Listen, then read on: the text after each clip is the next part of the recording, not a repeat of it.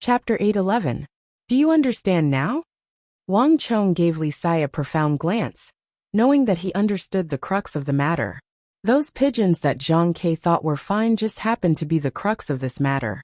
That old fox, Fomin Linta, is far more difficult to deal with than we imagined, and far more cunning as well. If my guess is correct, although he doesn't know of our existence, he left a carrier pigeon with each of his trusted subordinates. If there's even the slightest sign of trouble, they have to inform him as quickly as possible. Zhang Ke's side was too careless. If my guess is correct, after our men investigated the targets, they secretly released their carrier pigeons. Zhang Ke was deceived by them. Wang Chong couldn't help but sigh. In truth, Zhang Ke was already very outstanding, but one also had to see who he was facing. Fomin Linta was an extremely shrewd protector general. Even Wang Chong would have to put in 120% effort to deal with him, let alone Zhang Quebec. We're no longer dealing with those 5 groups, but with Fomin Linta in the distant Qixi Protectorate. The following period will be extremely crucial. If we can't get Fomin Linta to give up on his plans and relax his guard, we won't be able to do anything else, because it's simply impossible for us to succeed. Wang Chong said. This operation had gone from a simple probing of the 5 targets, to finding the person with the black jade seal on his wrist, to a contest between himself and Fomin Linta. There would be no glint of swords in this contest, no smoke of battle, but the final result would decide the fate of all of Qixi, the fate of an imperial great general, himself, and even Gao Xianji, and the tens of thousands of Tang dynasty elites under his command in the Anqi Protectorate. The room was quiet, as Wang Chong's order was quickly passed on. Marquis Zhang Ke has withdrawn. Marquis Suki has retreated. 2 carrier pigeons flew into the city of steel. Wang Chong's order had been carried out, and no one in the room dared to breathe too loudly. In the current situation, if Wang Chong's judgment was wrong, they would soon lose the target and the opportunity. If Wang Chong's judgment was correct, it would be even more serious. It would mean that they would fail before they could complete this stage of the mission. The room was so quiet that one could hear a pin drop. The atmosphere was tense. Time passed slowly as they waited. Marquis, we've lost our targets. We don't know where the 3 groups are going. Soon, news came that this operation was far more than just 2 groups of people in the air and on the ground. Although they couldn't follow the target closely or test them, there was always a group of people observing along the way. There was a person at regular intervals, but now even they had lost track of the 3 groups of people. The atmosphere in the room instantly grew heavy. No one spoke, but they couldn't help but glance at Wang Chong out of the corner of their eyes.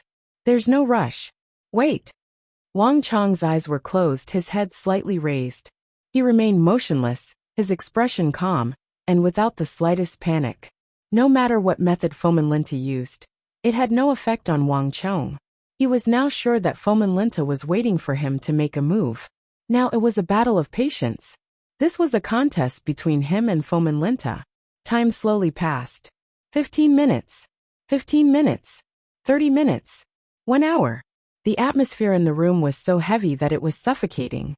Although no one spoke, the mood was slowly changing. No one doubted Wang Chong's decision. On this journey, Wang Chong had used his wisdom and foresight to amply prove himself. But based on the current situation, this time, Wang Chong might very well be wrong. Marquis, even Qing Sanyuan, and Su Shixian couldn't help but look at Wang Chong. No one felt that Wang Chong had done anything wrong. Everyone could make mistakes, but the consequences of this matter were not as simple as making a mistake. Given how important Wang Chong was to this matter, they had probably already lost their final chance to deal with Fomin Linta. From now on, whether in Qixi or Wuxiang, Wang Chong would forever be bound and restrained by Fomin Linta. Time slowly passed, and while the atmosphere was tense and morale was low, in another place, the atmosphere was even more solemn and tense. My lord, our people are all in position, but we still haven't found anything. In the main hall of the Qixi Protectorate headquarters, a Hu general was bowing as he cautiously reported to Fomin Linta. Across from him, Fomin Linta, dressed in heavy armor, was boldly seated on the throne representing Qixi Protector General, his entire body exuding a majestic aura. His eyes were tightly shut as he sat there motionlessly. No one knew what he was thinking. Search again, Fomenlinta sternly said. This was the third time he had issued the same order. But no one dared to say anything with the group of generals surrounding him in the hall. The Hu generals quickly left, returning 15 minutes later. My lord, Chibo Er's group has already picked up speed, but they still haven't found anyone following them. Search again. My lord, we've already searched 3 times, but we still haven't found anything. Search again. My lord, Chibo Er's group is about to reach Sand Pass, but they still haven't found anything. Search again. My lord, Chibo Er hasn't found anyone within 60 kilometers of him. Search again. My lord, Chibo Er and Ilaluo have already reached Sand Pass. Chibo Er has sent a messenger pigeon, asking if they should continue forward. With these last words, the hall suddenly lit up. Fomenlinta, seated on his throne, suddenly opened his eyes. At this moment, all was quiet and deathly stillness. Everyone was waiting for Fomenlinta's decision. What's going on? Did my senses really make a mistake? The look in Fomenlinta's eyes flickered, and for the first time, a hint of hesitation appeared on his face. Fomenlinta had always been cautious, especially when it came to that prince of the court. Fomenlinta was even more cautious. Thus, for this operation, Fomenlinta had sent a total of 5 groups of people to the capital. If any of these 5 groups had a problem, Fomenlinta would instinctively feel uneasy, not to mention that 2 groups had problems at the same time. One group had been hit by a young beggar, and the other group had been hit by a madly runaway horse carriage, which had been used as a cover, smashed into pieces. These 2 incidents seemed normal, as they were very normal occurrences on the Silk Road to the west, but Fomenlinta instinctively felt uneasy. This was also the reason why he urgently summoned 2 groups of people, while simultaneously ordering the other 3 groups to speed up. If there really was someone following behind him, Fomenlinta believed that this action would definitely be enough to make the other party panic. As long as the other party followed closely behind and sped up in pursuit, then the people that Fomenlinta had arranged along the way would immediately discover them. As long as the situation was as he had guessed, Fomenlinta would not hesitate to destroy the letter. There is no harm in being careful. Although Fomenlinta did not believe that anyone would know about his secret dealings with that prince, this was a serious matter. It had always been a taboo for a general of the border to participate in a battle between princes. Fomenlinta did not dare to take this risk. Could it be that I was really mistaken? There really wasn't anything wrong with those 2 groups? Fomenlinta's expression did not change, but for the first time, he began to doubt his own decision. A long time had already passed, and the people he had arranged to disguise themselves as various people lying in ambush on the road had already investigated several times, but they had not found anything. If there really was someone following him, then they should have found some clues after so long. At the very least, there should have been traces within a range of 60 kilometers. Fomenlinta muttered to himself. At this moment, time seemed to stop. At the same time, Wang Chong was also muttering to himself in silence. For some reason, he felt like something was missing in his mind. Chung Sanyuan, is the cavalryman who was sent to crash into the carriage still there? Wang Chong suddenly said. His words instantly attracted everyone's attention. Yes, Chung Sanyuan subconsciously replied. Tell Su Kai to send that cavalryman to Chishi to repair the carriage. Remember, he has to follow the official road, and he has to be seen by those who merchants. Wang Chong's sudden order left everyone confused. No one knew what Wang Chong was up to, but Wang Chong's composed expression made it impossible for anyone to disobey. Yes, Chung Sanyuan froze for a moment, then quickly left. Once Chung Sanyuan left, the room quickly fell silent, morale plummeting. Wang Chong only chuckled at this sight, seemingly unconcerned. Fomenlinta, the rest is up to you. This thought flitted through Wang Chong's mind, but he quickly calmed down. Reporting. My lord, a report from Chishi says that our men have discovered the person who smashed Chibo's carriage. He has already returned, and is cursing and swearing as he repairs the carriage in the marketplace. A fully armored scout of the Qixi Protectorate suddenly rushed in and kneeled in the hall. What? Fomin Linta's body trembled at this news, and he immediately stood up from his seat. Is this information reliable? My lord, there's no doubt about it.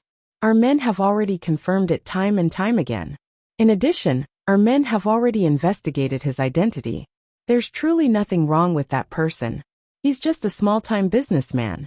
He truly did accidentally crash into Chibo's carriage, and he's already paid for it. The kneeling scout sincerely said. Fomin Linta stood in the hall, his eyes constantly shifting. As Fomin Linta fell silent, the others didn't even dare to breathe too loudly. After some time, Fomin Linta's eyes settled, and he finally came to a decision. Pass on my order. Recall Chibo and Ilalio. Have them return from Sand Pass. In addition, have Kifuli and the others continue on their original path. Yes. A final order resounded through the hall, and the dust finally settled. Fomin Linta gave a long sigh and sat back down on his throne. Chapter 8:12. In Wuxiang's city of steel, everyone was still silently waiting. They had lost contact with all 5 groups, and their confidence had fallen to rock bottom, though no one was willing to admit it. However, at this moment, an unexpected change occurred. Reporting. Marquis, we've received news from the front lines that the last 2 targets have not returned to Qixi. Our men have not found any signs of them returning to Qixi. Suddenly, a scout rushed into the main hall. Ah, how could this be? Based on the time, they should have returned by now. That shouldn't be the case. Did something happen? What's going on here? A stone stirred up 1,000 ripples. All of a sudden, everyone was stunned. Even the slowest of them could sense that something was wrong. Quite a few hours had passed since they had turned back. Logically speaking, even if they hadn't reached Qixi, they should have been there by now. If they had not returned, then it could only mean one thing. They had never intended to return to Qixi in the first place. But all this was far from over. Reporting. Marquis, Zhang Ke reports that the 3 targets that disappeared have reappeared, and they've already begun to return to Qixi. Lord Zhang requests instructions as to what to do next. Reporting. Marquis, Su Qi reports that before we could even test them, the 2 targets that had turned back have reappeared, and are continuing on their way. Lord Su requests instructions as to what to do next. News after news came one after another, and everyone was dumbfounded. The reversal was too fast. No one knew what had happened. They didn't even know what was going on. Ha ha ha. In the hall, Wang Chong suddenly laughed. This was the first time a smile had appeared on his face. Fomin Linta, you really did fall for it. Although the people in the hall still had no idea what had happened, Wang Chong knew that he had guessed correctly, gambled correctly, and acted correctly. Fomin Linta's actions were indeed baiting him. He had 3 groups of people speed up while the other 2 groups returned. This was all to lure him into the trap. However, he still failed in this round of competition. The devil rises 1 foot, the Taoist rises 10. Fomin Linta, you're still not patient enough. Wang Chong laughed. He was almost certain that when he asked Su Qi to send out the cavalryman, who crashed into the carriage, it must have been effective. Otherwise, Fomin Linta wouldn't have been so coincidental. Not long after he made this decision, Fomin Linta had immediately sent those people back. Tell Su Qi and Zhang Ke to proceed with the original plan. Continue to follow the last 2 targets, but don't alert them before they reach their original turning point. As for the other 3 targets, since they've already returned, there's no need to pay attention to them anymore. Wang Chong said. This simple sentence immediately played the role of a stabilizing force, calling everyone's attention back to the present. This subordinate understands. The scout quickly left. Everyone in the room couldn't help but look ashamed. It was clear that Wang Chong's judgment had been correct. If they had pursued just now, they really would have failed and drawn Fomin Linta's attention. When they thought about how they had suspected Wang Chong of making the wrong decision not too long ago, they felt even more ashamed. Haha, alright, there's no need to worry about these minor matters. Let's get moving. Wang Chong waved his hand and indifferently said, even with the advantage of foresight, He had to expend a great deal of effort to deal with a crafty old fox like Fomin Linta, let alone them. This sort of performance was normal. A contest of this level was not something they could participate in. Now the dust has finally settled. Wang Chong looked out the door. The dark clouds over the city of steel had finally dispersed. At this moment, Wang Chong felt much more relaxed. Suki quickly sent word that the person with the black jade symbol on his right wrist had been found. It was one of the two people Suki had sent, and Zhang Kei's Rock Eagle were currently tracking him. But there was still one problem. Wang Chong still had no way of confirming that the most important letter was in that person's hands. Nor could he confirm that Fomin Linta had separated the letter from the person. Marquis, since we've already confirmed our target, we only need to capture both of them if necessary.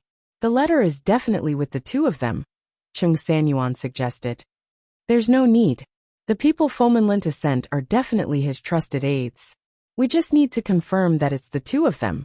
There's no need to raise Fomin Linta's vigilance over such a minor matter. In addition, both Wuxiang and Sandpass are too close to Qixi. It's hard to say if Fomin Linta has some other method to ensure the safety of the letter on the way. Rash actions are far too dangerous, and they might even provoke an extreme reaction from Fomin Linta. Wang Chong said. There was something else that Wang Chong did not say. This matter did not just involve Fomin Linta, but also that person in the capital. If a problem occurred in Qixi, and that prince was alerted, Fomin Linta's mission would also fail. Toppling an imperial great general like Fomin Linta was not as simple as one might imagine. Li Sai, send a letter to the King of Song. Send him a drawing of the target. Leave the rest to the King of Song. Yes, this general will do as you say. A deep voice came from behind him, accompanied by the clanging of armor. Li Sai quickly turned and left the hall. Flap flap. A few moments later, a carrier pigeon soared into the sky, flying toward the capital. In the room, with everything set up, Wang Chong felt like a stone had been lifted from his heart. Reporting. Marquis, there's a lady outside called Su Yiqin requesting an audience. She says that she's your friend. At this moment, a series of footsteps suddenly rang out from outside. A scout hurriedly walked in with the sound of a gust of wind. What? So fast? Wang Chong's eyes brightened, his mind rejoicing. Under the surprised gaze of the scout, he quickly strode through the door and vanished. Within the city of steel, one building after another had risen from the ground, and the place was bustling with activity. This originally barren land had gradually begun to take the shape of a city. It was completely different from how it was before. In the battle at Uzin's Triangular Gap, Fomin Linta had blamed it on himself, claiming that he had stolen Wang Chong's achievements. But to those scions of the great clans who had mingled with Wang Chong, this matter could not be any clearer.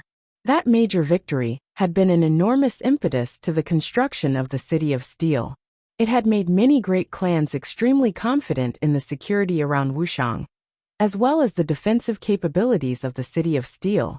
If a force that could scatter the corpses of the elite Uzin soldiers wasn't strong enough, then it would be impossible to find a stronger one. This matter had caused the great clans of the capital to rapidly increase their investment in the City of Steel, not doubling their investment, but 7 or 8 times, sometimes even 10 times. This massive investment had caused the construction of the City of Steel to reach a new peak, and the speed of construction was on a completely different level from before.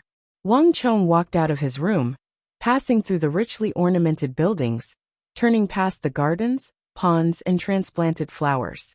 At the open city gate, Wang Chong finally saw that familiar figure. She was dressed in a long white dress, and her black hair cascaded down to her waist like a waterfall. As she stood at the city gate, her exquisite curves were on full display. At her side, an endless stream of carriages was dragging heavy loads of supplies into the City of Steel. She was only casually standing by the side of the carriage, her every movement composed, like a beautiful fairy that had descended to the mortal world. This made the desolate and remote Wuxiang seem beautiful and bright, like a garden in full bloom. Su Yiqin, Wang Chong rejoiced, his excited voice echoing through the gates of the City of Steel. That distant figure was a little unfamiliar, but also extremely familiar. After 3 months, Su Yiqin seemed to have grown even more enchanting. At this thought, Wang Chong couldn't help but smile. Su Yiqin's body trembled, and she subconsciously turned her head. The moment she saw Wang Chong, that graceful and elegant aura that seemed to have been nurtured by the 1,000 mountains lake immediately became like the spring sun, bathing in the spring wind. This smile was so enchanting that Wang Chong's footsteps paused, and he couldn't help but become a little absent-minded. Wang Chong.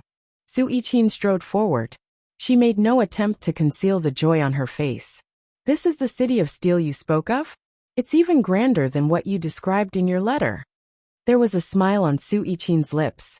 It was like she had been in the city of steel for a very long time.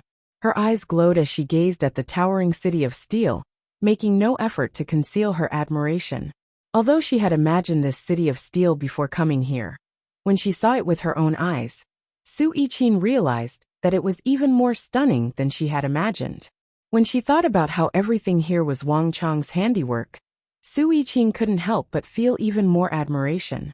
That youth who had defeated her in chess at Deflecting Blade Manor had become even more dazzling, even more handsome.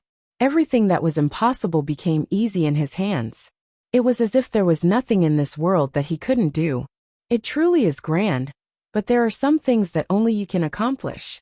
Let's go. I'll take you around. In addition, you must be tired from this long journey. I'll have someone arrange a place for you to stay. Chapter 8:13.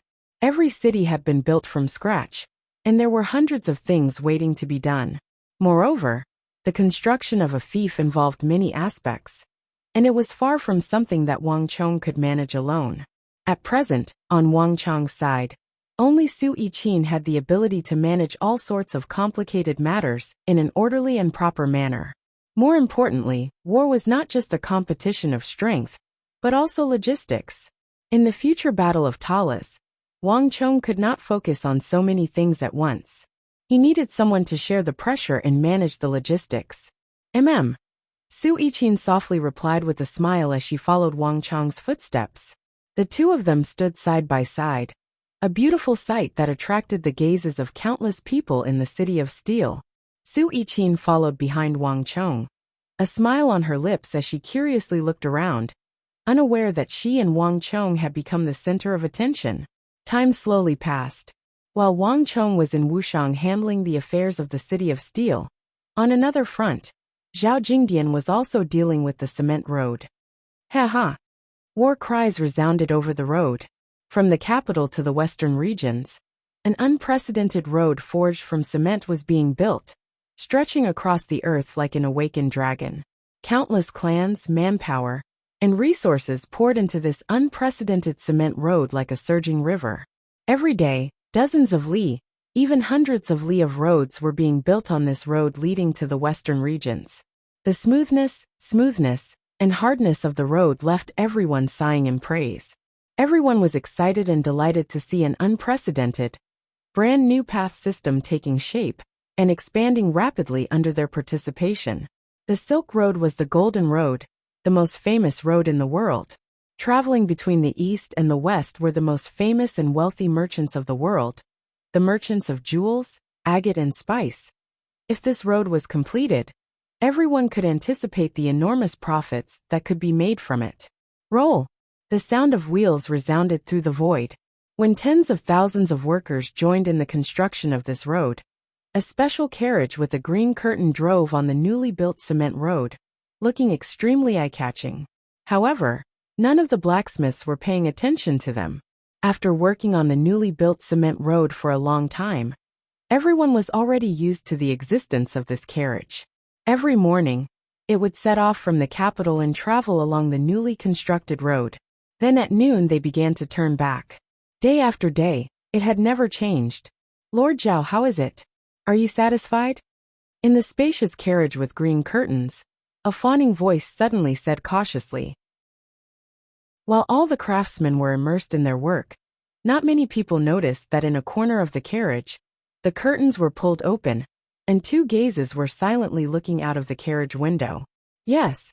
Zhao Jingdian gave a slight grunt of acknowledgement, his eyes silently watching as the craftsman poured water over and over the newly constructed cement roads. A cement road could not be simply built. Once it was completed, it still needed to be watered and maintained. This was something that Wang Chong had repeatedly emphasized in his letters. At the same time, Zhao Jingdian attached great importance to this. Haha, it's fine as long as Milord is satisfied. Now that our alliance has taken over everything, we will definitely do our utmost to help Marquis complete this cement road from the capital to Wuxiang. In addition, our great clans also have shares in Wuxiang's City of Steel. Right? It's shares, right? It's so strange. In short, we're all in the same boat as Marquis. We're all on the same side, so Marquis's business is our business. It's just that. A rather wretched clan expert next to Zhao Jingdian suddenly paused, a fawning look on his face. As for the construction of the road, can you discuss it with Marquis again? Don't you think we should just use the road that leads to the western regions?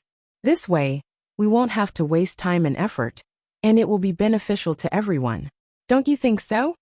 Zhao Jingdian's brow creased as he turned to look at the clan expert, his expression turning much colder. Do you need me to repeat Marquis's words? No means no. There's no room for negotiation. Anyone who breaks this rule will withdraw from the alliance. Everything related to the western regions, including the cement roads, will have nothing to do with him. Zhao Jingdian's eyes were as sharp as swords. Under his intense gaze, the clan expert hurriedly lowered his head, a look of guilt on his face. The two of them were speaking of an agreement that Wang Chong had made with the clan alliance. All new cement roads could not use the existing Silk Road, only newly excavated roads. This meant that besides buying lime, clay, aluminum and sand, the clan alliance would also have to spend a great deal of manpower and resources to excavate new roads. From a business perspective, this was not in line with the clan alliance's interests. Thus, wave after wave of clan alliance experts had been trying to persuade Zhao Jingdian. Zhao Jingdian couldn't even remember how many times he had tried, and each time, he had firmly refused. Zhao Jingdian had also asked Wang Chong about this matter, and Wang Chong had held nothing back. From the moment the cement road appeared, it had already become an unstoppable torrent. If everything went as expected, regardless of whether Wang Chong agreed or not, cement roads would become extremely popular in the Tang dynasty due to their convenience and high capacity.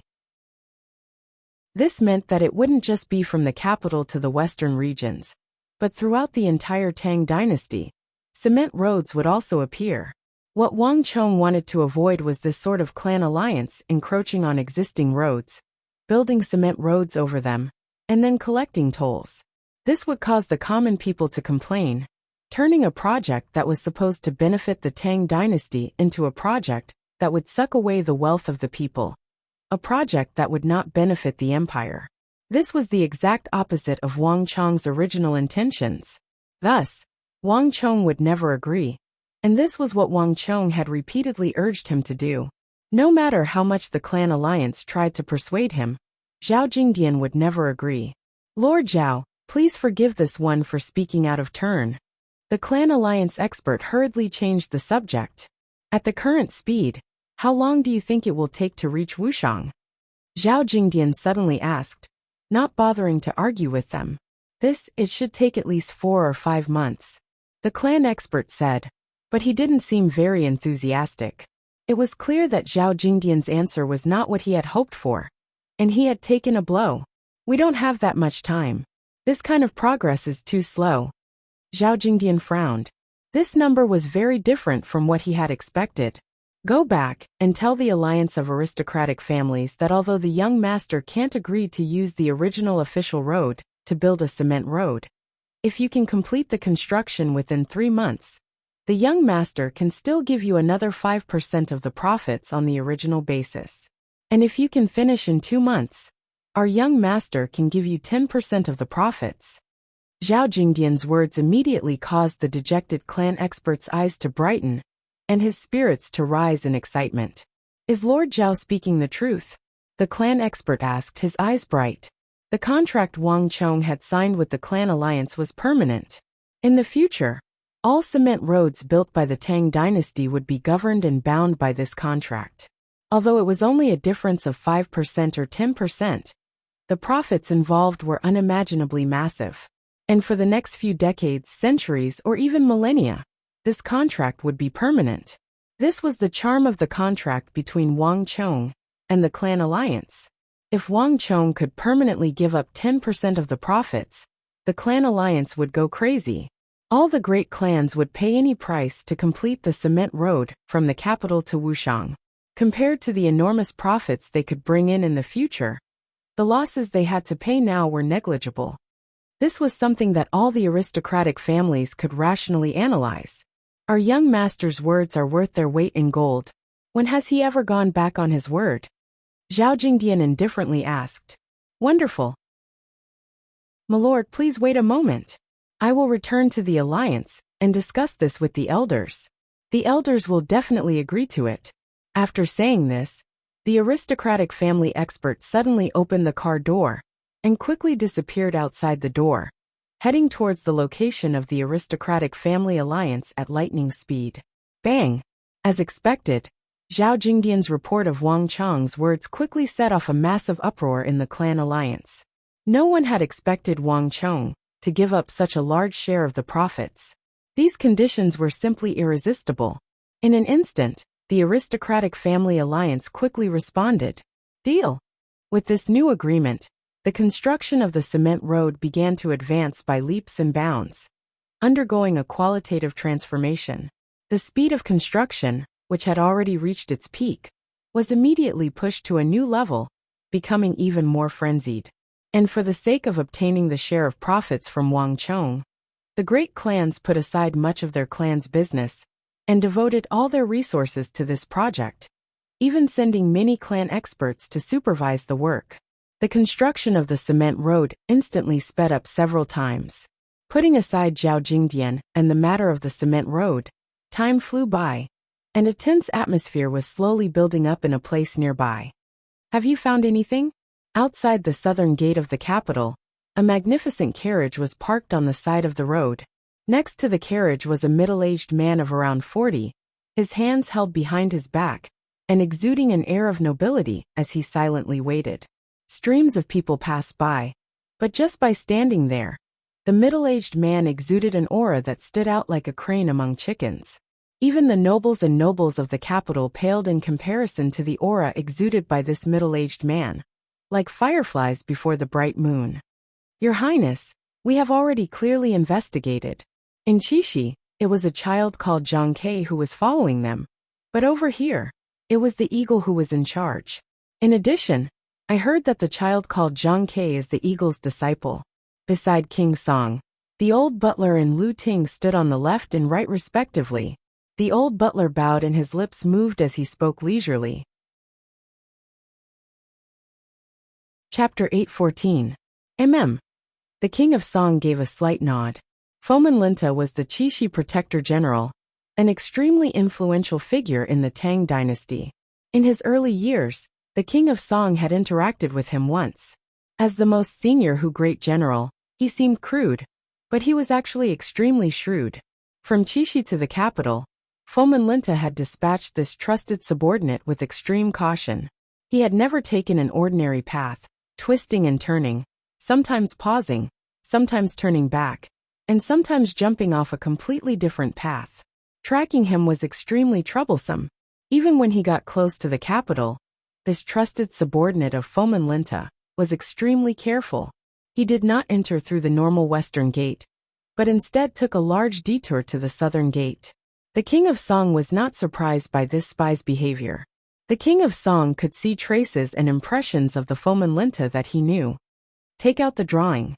Since that child Wang Chong views this matter with such importance, and has asked me to personally handle it, there can't be a single mistake. There are many people going in and out of the city gate, and the eagle's birds might not be able to track him. Once his eyes light up, we can't let him sneak into the city. The King of Song sternly said. Yes. The old butler and the black-clothed expert at the King of Song's side replied in unison. The King of Song was an imperial prince of the Tang dynasty, and his legacy had been passed down through several generations. He had an extremely deep foundation, and his estate had many experts, not just the old butler. The black-clothed expert with the icy expression was one of the experts the King of Song had transferred over at the last moment. Time slowly passed, and in the darkening darkness, the casually dressed the King of Song, the old butler, and the others stood on the side of the road, seemingly unremarkable. They didn't move at all, as if they had turned into statues by the roadside. After an unknown period of time, just as the night gradually darkened and the city gates were about to close, the old butler's figure moved. His originally murky eyes suddenly shot out a sharp light like that of a falcon. At almost the same time, the corners of the King of Song's eyes twitched. His body was ramrod straight and motionless, but his gaze was fixed on a Hu merchant with his head lowered, and his eyes fixed on his feet. Although this Hu merchant had done his best to conceal himself, he was still very conspicuous in a place like the Southern Gate, which was dominated by Han people. Smart but foolish. The King of Song smiled and strode forward. Suddenly, he went against the flow of people and took the lead. The King of Song stopped right in front of the Hu merchant, blocking his path. "Chiefly, I've been waiting for you for a long time." These simple words were spoken casually, but in the ears of the Hu merchant, they were like a clap of thunder. His shoulders trembled and he raised his head, his deep blue eyes widening in shock. It's you." Seeing the Hu merchant's reaction, the King of Song didn't even need to look at the drawing to know that this Hu merchant was one of Fomin Linta's trusted aides. Bzz. She fully sensed an intense danger, and his dantian trembled, exploding with a storm of energy. But before he could attack, a silver-white cloud-embroidered dragon shoe lightly stepped on the ground, sending an inconceivably powerful energy out of the ground. In the blink of an eye, it blasted through the Hu merchant's defenses, traveled through the Yongquan point on the soles of his feet, and rumbled through all the meridians in his body, instantly sealing off all the meridians in his body. King Song's attack had been abnormally fast, and it had been so light and gentle that no one had seen the slightest sign of it. Before the crowd could even react, everything was over, and no one even knew that they had made a move. "Your Highness, young Master Chong has sent a drawing. It's definitely him." The old steward's footsteps were silent as he appeared at the King of Song's side like a ghost. He opened his hands and unfurled a thin white drawing. On it was a faint drawing of a Hu, identical to the Hu merchant before him. "It's him." At some point, Lu Ting had walked over, one hand lifting up the Hu merchant's sleeve. On the Hu merchant's right wrist, there was a clear black jade insignia that had been branded by some unknown tool. Lu Ting did not know martial arts, and there was no need for him to do anything to stop Fomin Linta's aid. Lu Ting had another reason for appearing here. "Chiefly, why didn't you tell us that you've reached the capital?" "Ha ha ha. Didn't your master say that he had a letter for me? Quickly, let me see," Lu Ting said with a smile on his face. He reached out with his right hand and took out a letter from Chi Fuli's bosom in a very natural and imperceptible manner. Lu Ting's expression was calm, as if he was an old friend of this Hu merchant. No one could sense anything out of the ordinary. Shua, casually tearing open the letter, he took out a white piece of paper, narrowed his eyes, and quickly scanned through its contents. In the next moment, Lu Ting's gaze fell on a large scarlet seal at the bottom right corner of the letter. "Your Highness, this truly is the seal of Fomin Linta's Chishi Protectorate Commander's seal. This subordinate has seen the records from the Bureau of Military Personnel, and it is flawless. There is no doubt about it." Lu Ting lowered his head, his voice so low that only the King of Song and the old steward could hear him. Lu Ting's mission in this operation was very simple: to confirm the authenticity of the letter from Fomin Linta on the Hu merchant. Buzz! The King of Song and the old steward grimaced at these words. The King of Song extended his right hand and took the letter from Lu Ting's hand. With just a glance, the King of Song instantly grimaced. Everything Wang Chong had said in the letter had come true. But this was not what the King of Song was concerned about. He was not surprised by Fomin Linta's ambition. When he had first met him many years ago, the King of Song had already predicted that this day would come. What he truly cared about was the name of the Tang dynasty prince that Fomin Linta had mentioned in this letter. "Ha!" The King of Song put down the letter and stuffed it into his sleeve. He couldn't help but give a long sigh, his eyes brimming with disappointment. The prince mentioned in Fomenlinta's letter had caused a huge uproar in the capital, and there were many rumors about him. But the king of Song had always believed that as a member of the imperial clan, and a descendant of the true dragon, he should at least have a sense of right and wrong. The Tang dynasty was the Tang dynasty of the Han people, and the world belonged to the Han people.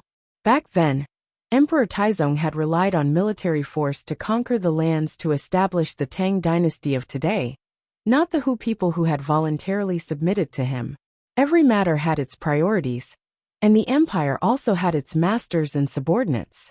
It was not that the king of Song had any prejudice against the Hu people, but that the Hu people only cared about the survival of the fittest, and had no concept of benevolence and righteousness. Only when the empire was in the hands of the Han people, and governed the world with benevolence and righteousness, could there be such an orderly situation where the Hu and the Han people were in harmony.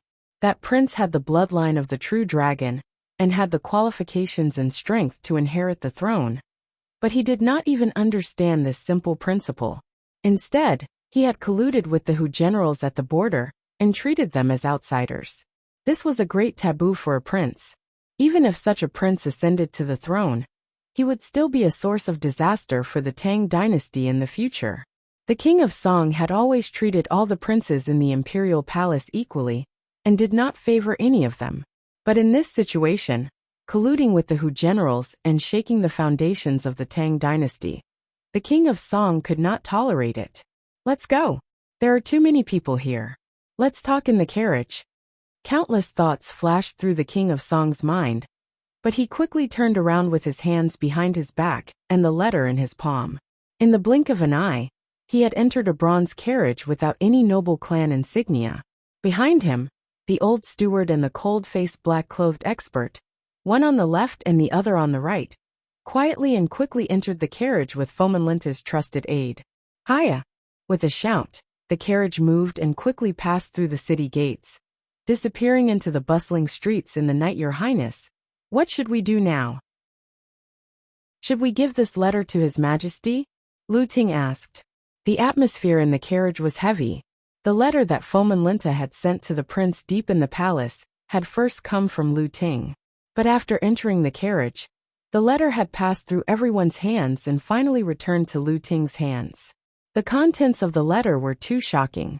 If the contents of the deal between the prince and Fomenlinta were to be leaked, it would probably cause a huge uproar. No, not a huge uproar, but an earthquake-like turmoil in the imperial court. Although Wang Chong had already mentioned it in the previous letter, only when one saw this secret letter did one realize how important it was. Right now, the initiative was in the hands of the king of Song and everyone else. Now all they had to do was to decide whether to detonate it or not. What did Wang Chong say in the letter? The king of Song had a complicated look in his eyes as he turned his head to look at Lu Ting. Your Highness, there's no need for you to feel conflicted. Your Highness has always stayed out of the affairs of the royal palace. Chong Gongzi had already expected that even if Your Highness knew that the prince had colluded with the Hu generals, you would still feel conflicted and find it hard to make a decision. Thus, Chong Gongzi said that Your Highness need not worry about it, and should just wait and see. At some point in the future, Your Highness will understand. Lu Ting said calmly. Lu Ting admired the youngest son of the Wang clan, who was far away in Wuxiang. On this journey, he had personally witnessed Wang Chong bring his little sister Wang Xiaoyao to the summit of the vast crane pavilion. He had also witnessed Wang Chong's efforts to turn the tide in the southwest, his triumphant return, and his rise to the rank of Marquis. He had also witnessed Wang Chong devising strategies in the western regions, starting from scratch, slowly opening up the situation, and establishing his footing. This made Lu Ting feel incomparably proud of himself. Lu Ting had always been fond of promoting the younger generation, but of all of them, only Wang Chong made Lu Ting feel the most proud. Wang Chong's rise had also verified his judgment of him back then. He was a true pillar of the dynasty. It was the fortune of the world and the country for the Tang dynasty to have such a person. Hearing Lu Ting's words, the king of Song finally nodded his head. Time slowly passed. And the young man from back then grew into a great figure. There were many things that he could do for Wang Chong now. Chapter 8:15. Yes, Your Highness. Hearing this, Lu Ting's expression turned solemn, and he respectfully saluted. Lu Ting did not follow the King of Song back to his residence. Midway, he returned to the official residence that the imperial court had arranged for him. After closing the door, the hall was shrouded in darkness, with only a weak light shining through the closed windows. After a few moments of hesitation, Lu Ting finally took out another letter from his bosom. The King of Song's judgment had not been wrong. Wang Chong had not only written to him, but also to Lu Ting. Respectfully from this student, Teacher Lu, to this student Wang Chong. Upon opening the letter, the familiar, crooked handwriting immediately leapt into view. These words are still as ugly as ever. Looking at this line of words, the tense expression on Lu Ting's face disappeared, and he could not help but chuckle. You've already become the young Marquis, and the Son of Heaven has bestowed words upon you. Can't you spend a little more time practicing these words? If word got out, who would believe that this was a letter from a Marquis, and one from Duke Jiao, a virtuous and respected descendant of a virtuous minister of the Tang dynasty? Although Lu Ting spoke these words, his heart was filled with warmth. Of all the people that Lu Ting had interacted with, the only person who had been able to maintain a pure and loyal heart, both before and after becoming famous, was Wang Chong. It was said that one's words reflected one's character, and one could see from Wang Chong's words that the current Wang Chong was still the Wang Chong he knew. Lu Ting opened the letter and read through it once more. The contents of Wang Chong's letter were very simple. Other than the matter regarding the King of Song, Wang Chong had also mentioned another matter.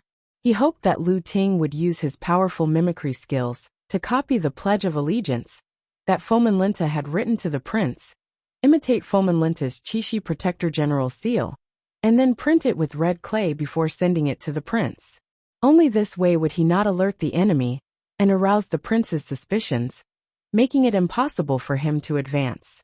What Wang Chong wanted was for everything to proceed according to their original trajectory. Whether it was Fomin Linta or the prince, they would still have a close relationship, but the most crucial pledge of allegiance would be left in the hands of him and the King of Song.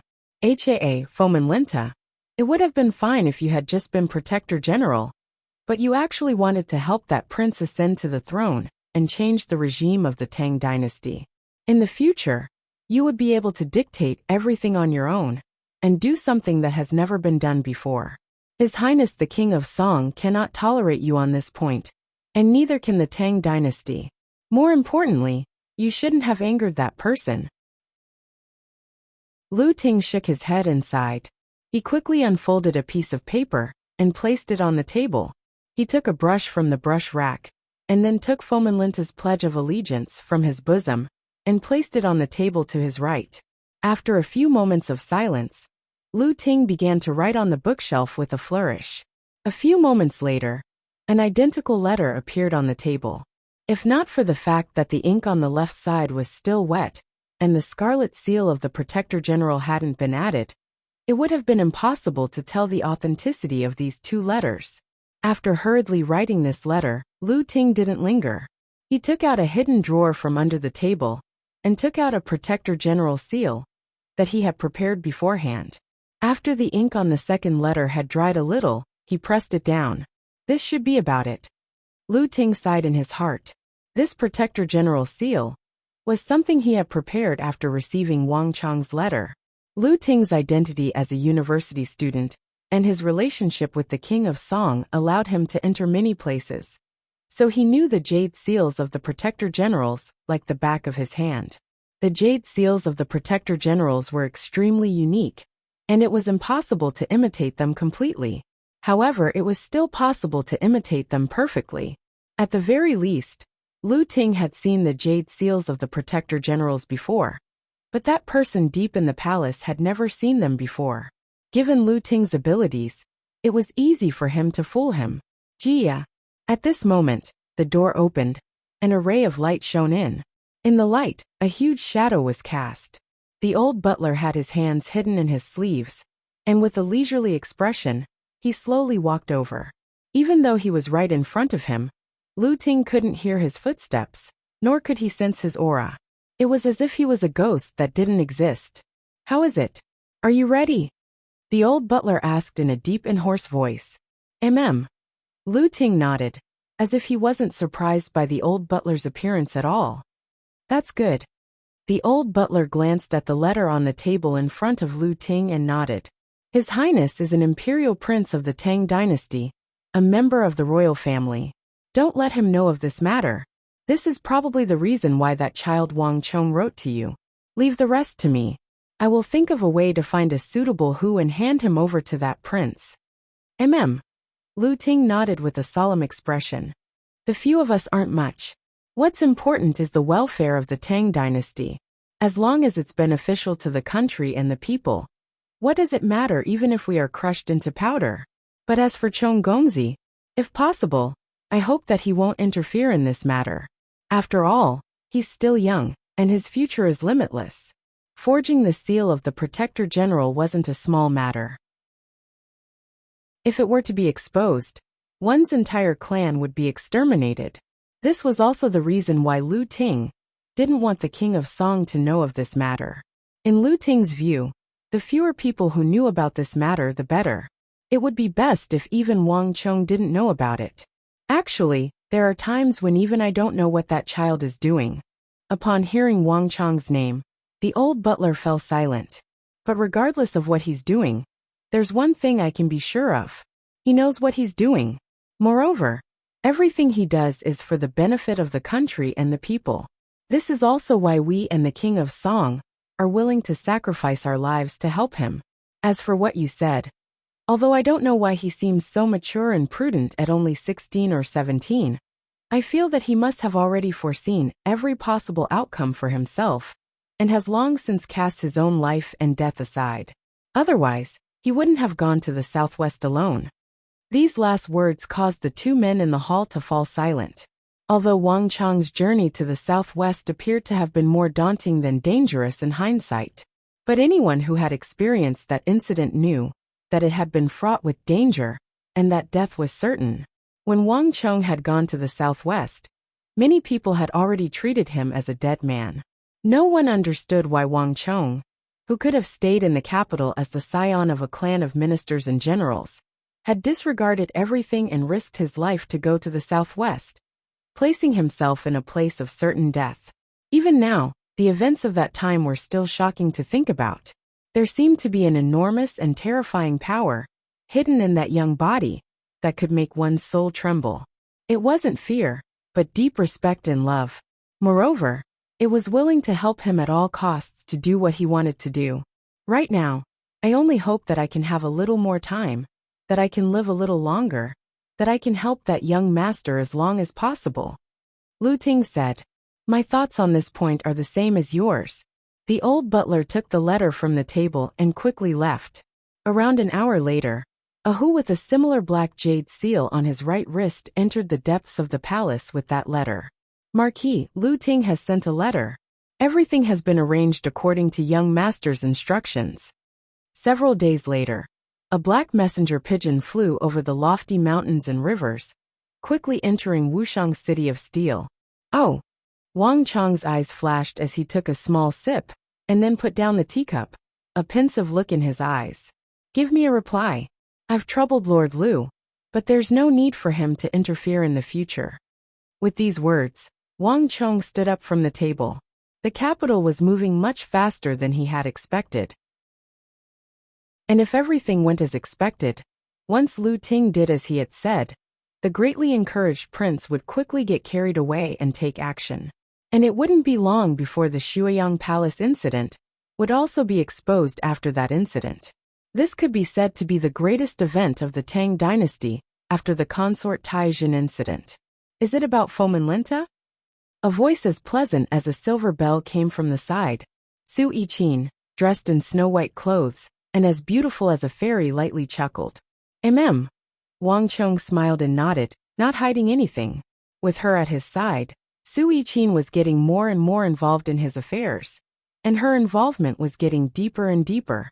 In the War of the Southwest, If not for her logistics support, Wang Chong would have died long ago.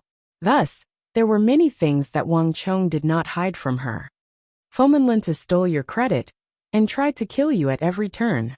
In the regional commander's incident, it was because of him that you were imprisoned in the imperial prison, so he has no effect on you. Is this because you feel uneasy because of that prince? Su Yiqin's eyes glimmered as she spoke. It seems like I can't hide anything from you. Wang Chong grunted as he smiled at Su Yiqin. Su Yiqin was both intelligent and refined, and he truly could not hide anything from her.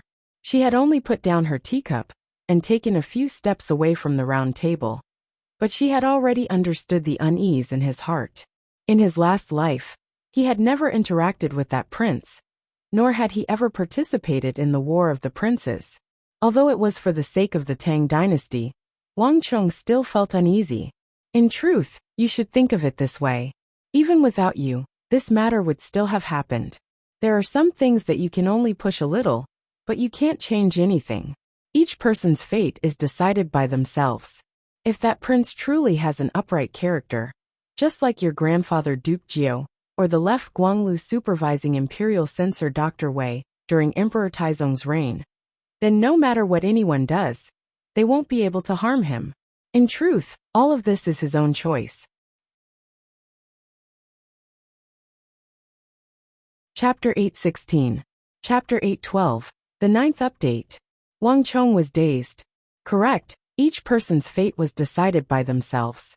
Unlike him, Su Yiqin did not know what would happen in the future, but everything she had said was spot on. Whether he was there or not, that prince's fate would be the same.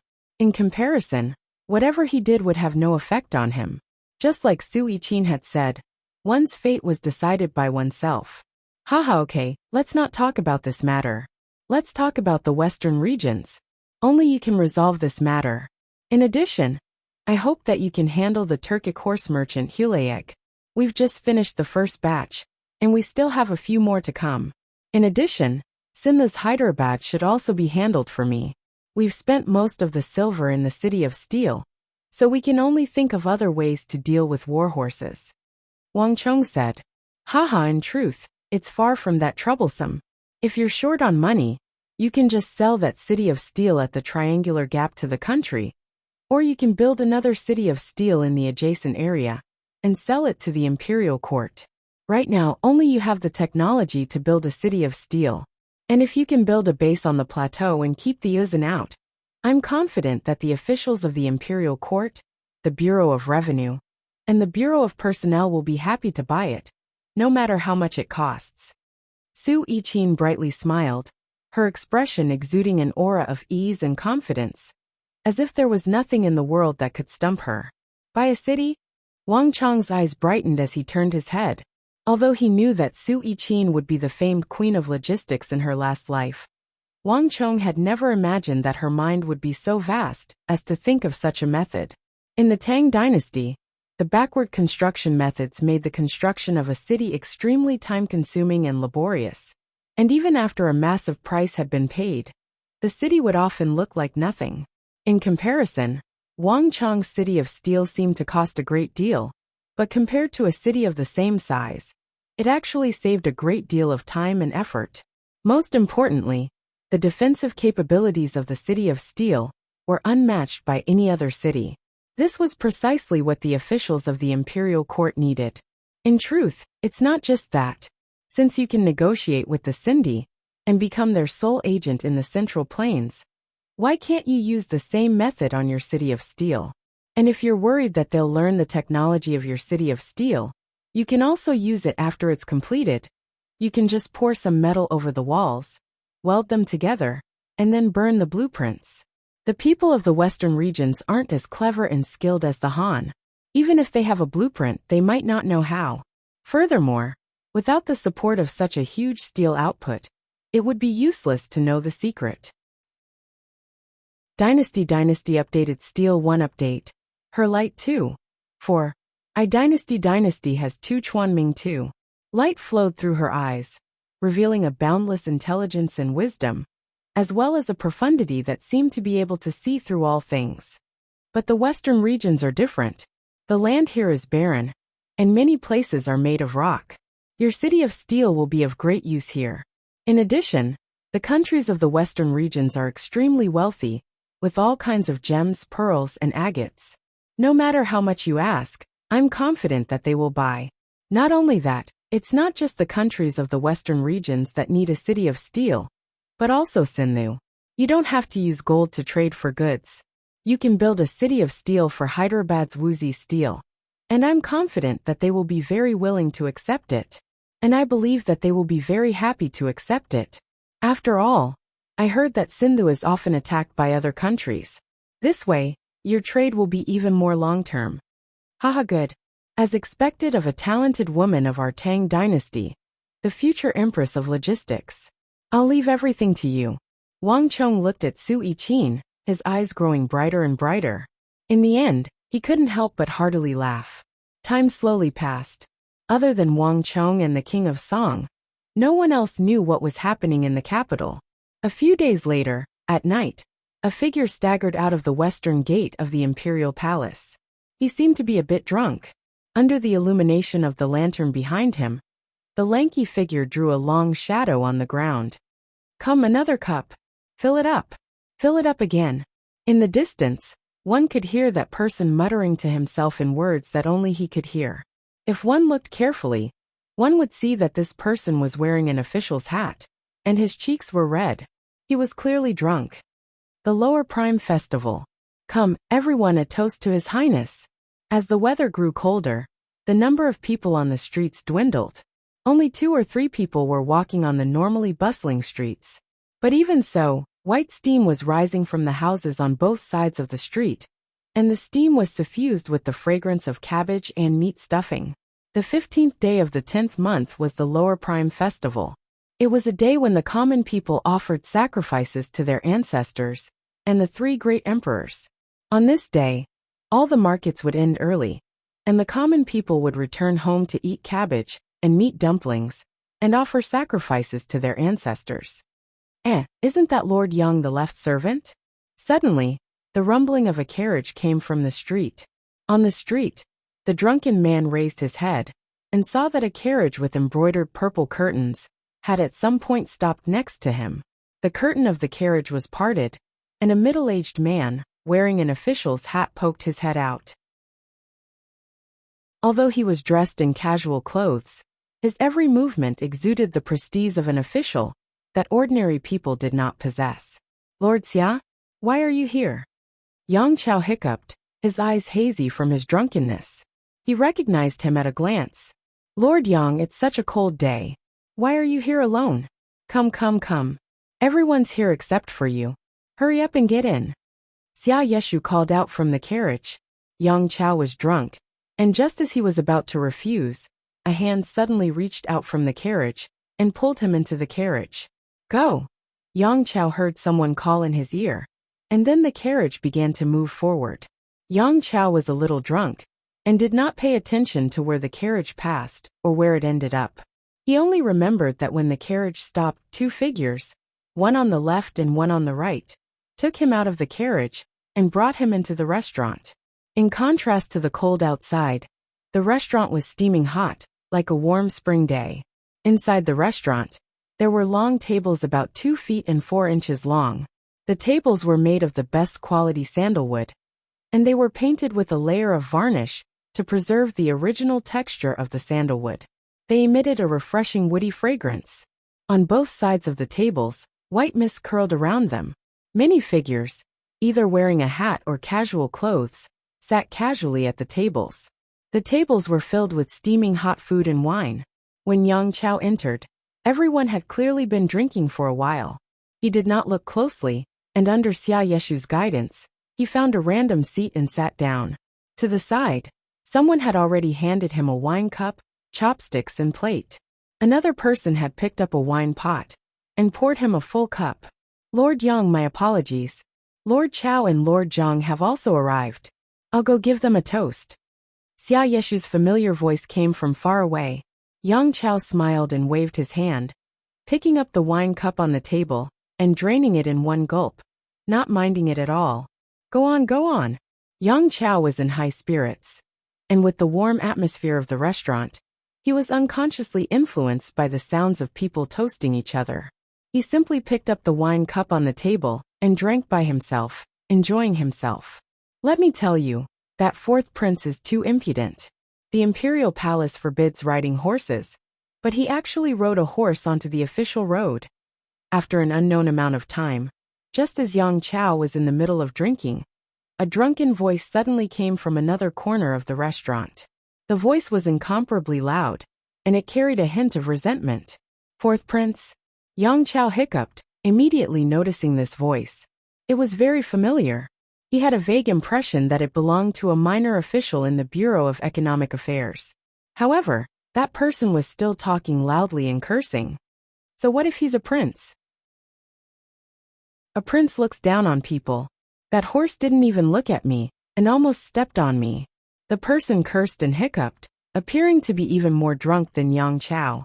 Someone beside him seemed to be trying to dissuade him, but that person was unrelenting, continuing to speak as if he didn't know what he was saying. Although every prince has a chance of inheriting the throne, someone like him won't be able to ascend to the throne even in several lifetimes. Riding a horse in the imperial palace, does he think he's a Turk? Pa! Buzz!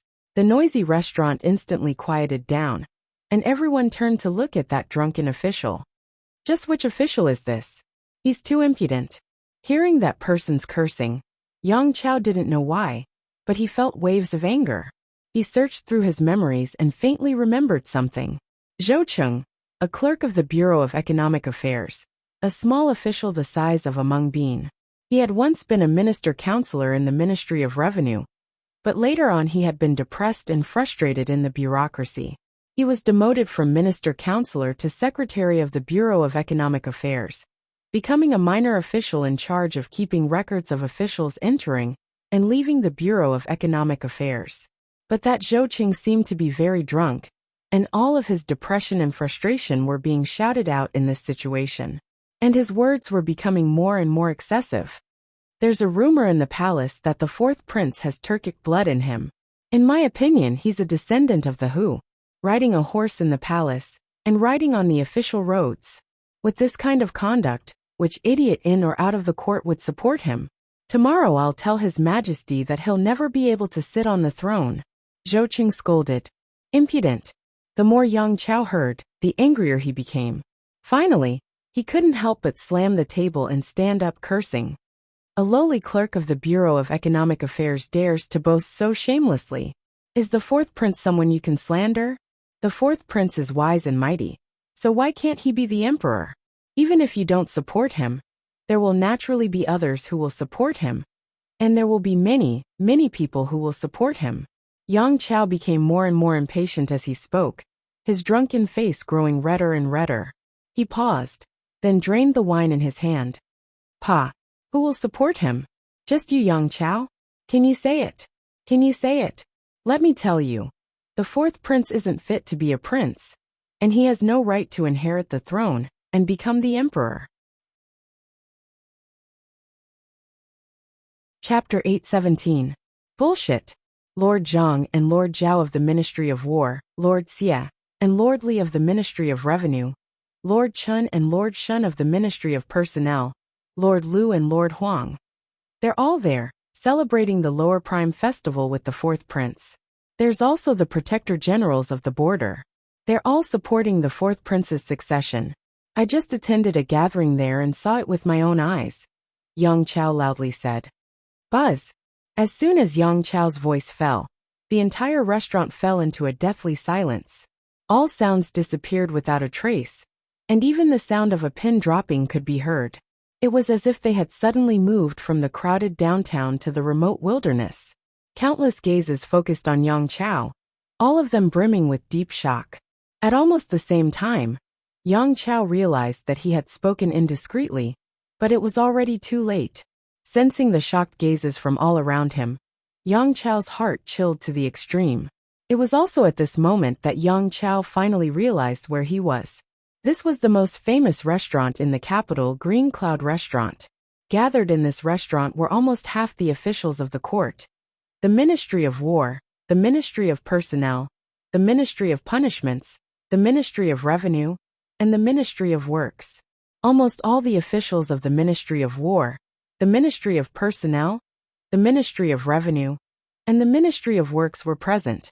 Even the imperial censor He Zhang was present. His eyes were fixed on Yang Chao, his face as grim as water. It's over. At this moment, Yang Chao's heart sank, his face ashen. Rumble. Like a massive boulder falling into a lake, the incident at Green Cloud Restaurant sent a massive wave through the capital. On the morning of the next day, the imperial censor He Zhang submitted a memorial to the court, impeaching Yang Chao. And Yang Chao's words at Green Cloud Restaurant sent a massive shock through the imperial court. A prince of the Tang dynasty had privately invited the ministers of the court to a banquet and colluded with a great general of the border. This was a major taboo at any time. Before the morning court session had even ended, Yang Chao had already been arrested and imprisoned. But all this was only the beginning. No one could have imagined what sort of shock and impact the incident at Green Cloud Restaurant would cause in the future. And at Green Cloud Restaurant, nearly half the people of the court had personally heard Yang Chao's every word. This was the most fatal fact, and it had also completely corroborated Yang Chao's crimes. The princes of the Tang dynasty privately invited the ministers of the court to a banquet and colluded with the generals of the frontier, which was a big taboo at any time. Before the morning court session was over, Yang Chao had already been arrested and thrown into prison. However, this was just the beginning. No one knew how big of a storm it would cause in the Tang dynasty. In the name of offering sacrifices to the wise sages and the three great emperors during the Lantern Festival, the fourth prince invited his henchmen from the court to gather together. These people are spread throughout the 6 ministries and deeply rooted in all the departments. Moreover, in order to nurture his own wings, the fourth prince even roped in the various great generals of the border. Anshi Protector General Gao Xianji, Qishi Protector General Fomin Linta, Biting Protector General and Sis Hun, Big Dipper Great General Geshu Han. The fourth prince wrote letters to almost all the Hu Protector Generals and Great Generals of the Empire, inviting them to join him and help him ascend to the throne. The things that Yang Chao had confessed in the imperial prison on that night quickly set off an unprecedented storm in the imperial court. There was nothing strange about the fourth prince inviting his trusted aides and henchmen to a banquet. Although this was not in accordance with the laws of the imperial court, and had always been forbidden by the Holy Emperor, the war of the princes had always been about each side using their own methods. Whoever was more capable would ascend to the throne. Hadn't the Holy Emperor also secretly roped in his own henchmen when he was still a prince? But this was not the crux of the matter. It was the names that Yang Chao had confessed. Anshi Protector General Gao Xianji, Qishi Protector General Fomin Linta, Biting Protector General and Sis Hun, Big Dipper Great General Geshu Han. Each of these names was like the sun at high noon, holding an influential position in the Tang dynasty. Moreover, they were true soldiers, great generals with military authority. If any of these people's names appeared on the list of confessions, it would be a huge matter. And these were 4 of the most elite Hu great generals of the empire. Rumble. It was as if a bolt of lightning crashed down. This time, even the Holy Emperor was startled, his thunderous rage raging. On the second day after Yang Chao was arrested, Zhang Xian and Zhao Yu of the Bureau of Military Personnel, Xie and Li Chang of the Bureau of Revenue, Chun Bian and Shen Exine of the Bureau of Personnel, all the civil and military officials who had attended the fourth prince's banquet on the day of the Lower Prime Festival were arrested and thrown into prison. Moreover, the imperial army was personally dispatched, and the chief eunuch of the court was personally supervising. However, everyone knew that this storm was far from over. Damn it! This Yang Chao can't do anything right. But he's more than capable of ruining things. If I had known, I wouldn't have invited him. I was too careless. This bastard ate wine so carelessly that he brought about today's disaster. His death is truly not to be regretted. In the Shuiyang Palace, a middle-aged scholar who seemed to be an advisor to the fourth prince had a furious expression on his face as he cursed. If looks could kill, Yang Chao would have died many times over in the imperial prison. Enough! The fourth prince bellowed in a low voice, stopping the middle-aged scholar. Compared to the indignation of his advisor, the fourth prince was much calmer and more composed. However, his ashen face and gloomy eyes revealed his true thoughts. More and more details about Yang Chao's matter were revealed. Although Yang Chao had leaked the information in order to defend himself, it was meaningless to the fourth prince. Has everything been taken care of? Your Highness, everything has been taken care of on the night of Yang Chao's arrest. All evidence that would be detrimental to your Highness has already been disposed of. Even the most crucial letter from Fomin Linta was torn to shreds by your Highness. We collected the fragments and burned them to ashes to prevent those people from the Shi residence from collecting the fragments and putting them back together. The middle-aged scholar, who seemed to be an advisor, lowered his head. The fourth prince nodded, and his expression immediately became much better. As long as there is no conclusive evidence, no matter how the officials in the court make groundless accusations, or how the censors impeach me, Imperial Father will not be able to convict me based on this. However, if we let them find conclusive evidence, then we really won't have any chance. With these last words, the fourth prince's expression became much more solemn and desolate, revealing the true worry in his heart. Calamity had fallen from the sky, and he had never expected the verdant cloud pavilion incident. But as a prince he could not leave, could not escape, and could not even walk out of the imperial palace.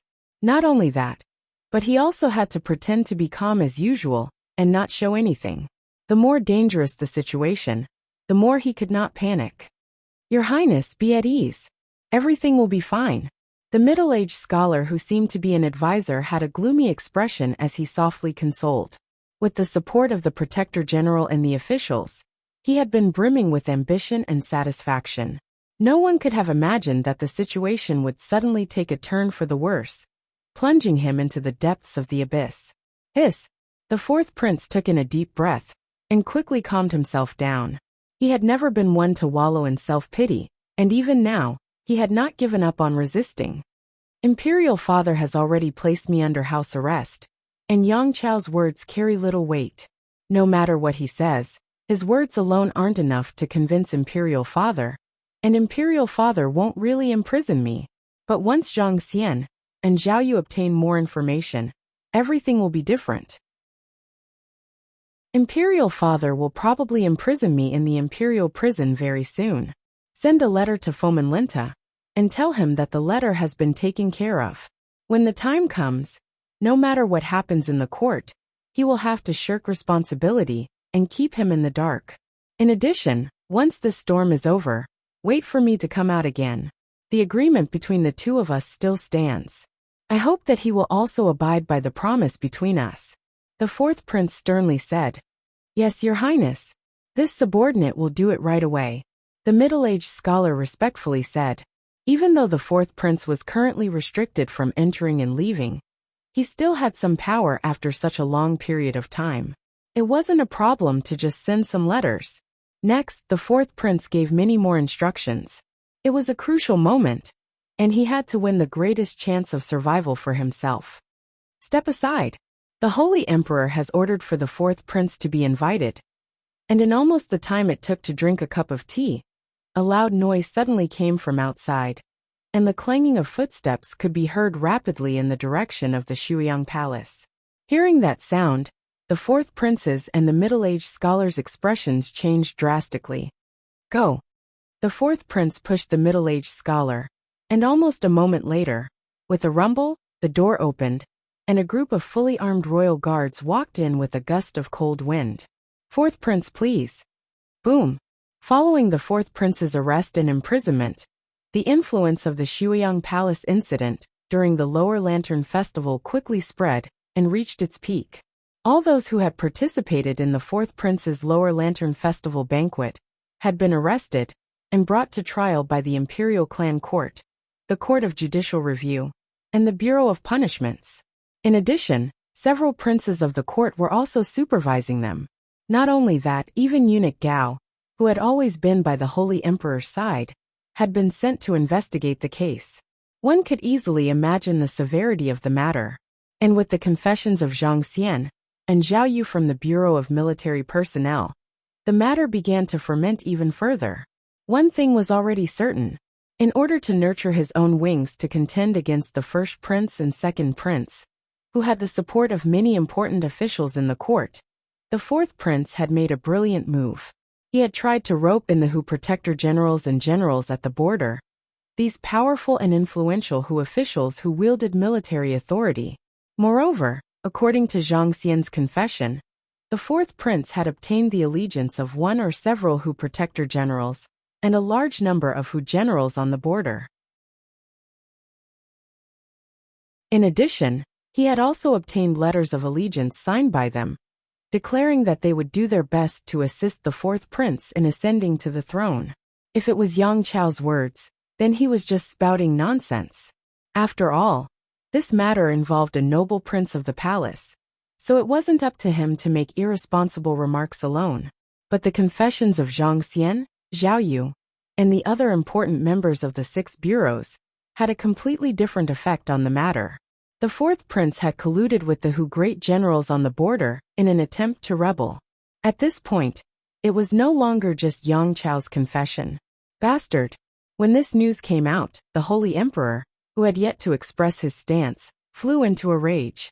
With a boom, the entire political scene of the empire experienced an unprecedented earthquake. In a single day, 12 decrees from the Holy Emperor were sent to Baiting, Anxi, Qixi, and Longxi, requesting that the 4 protector generals come to the capital to explain themselves. At this point, the Holy Emperor's rage had reached an unprecedented level.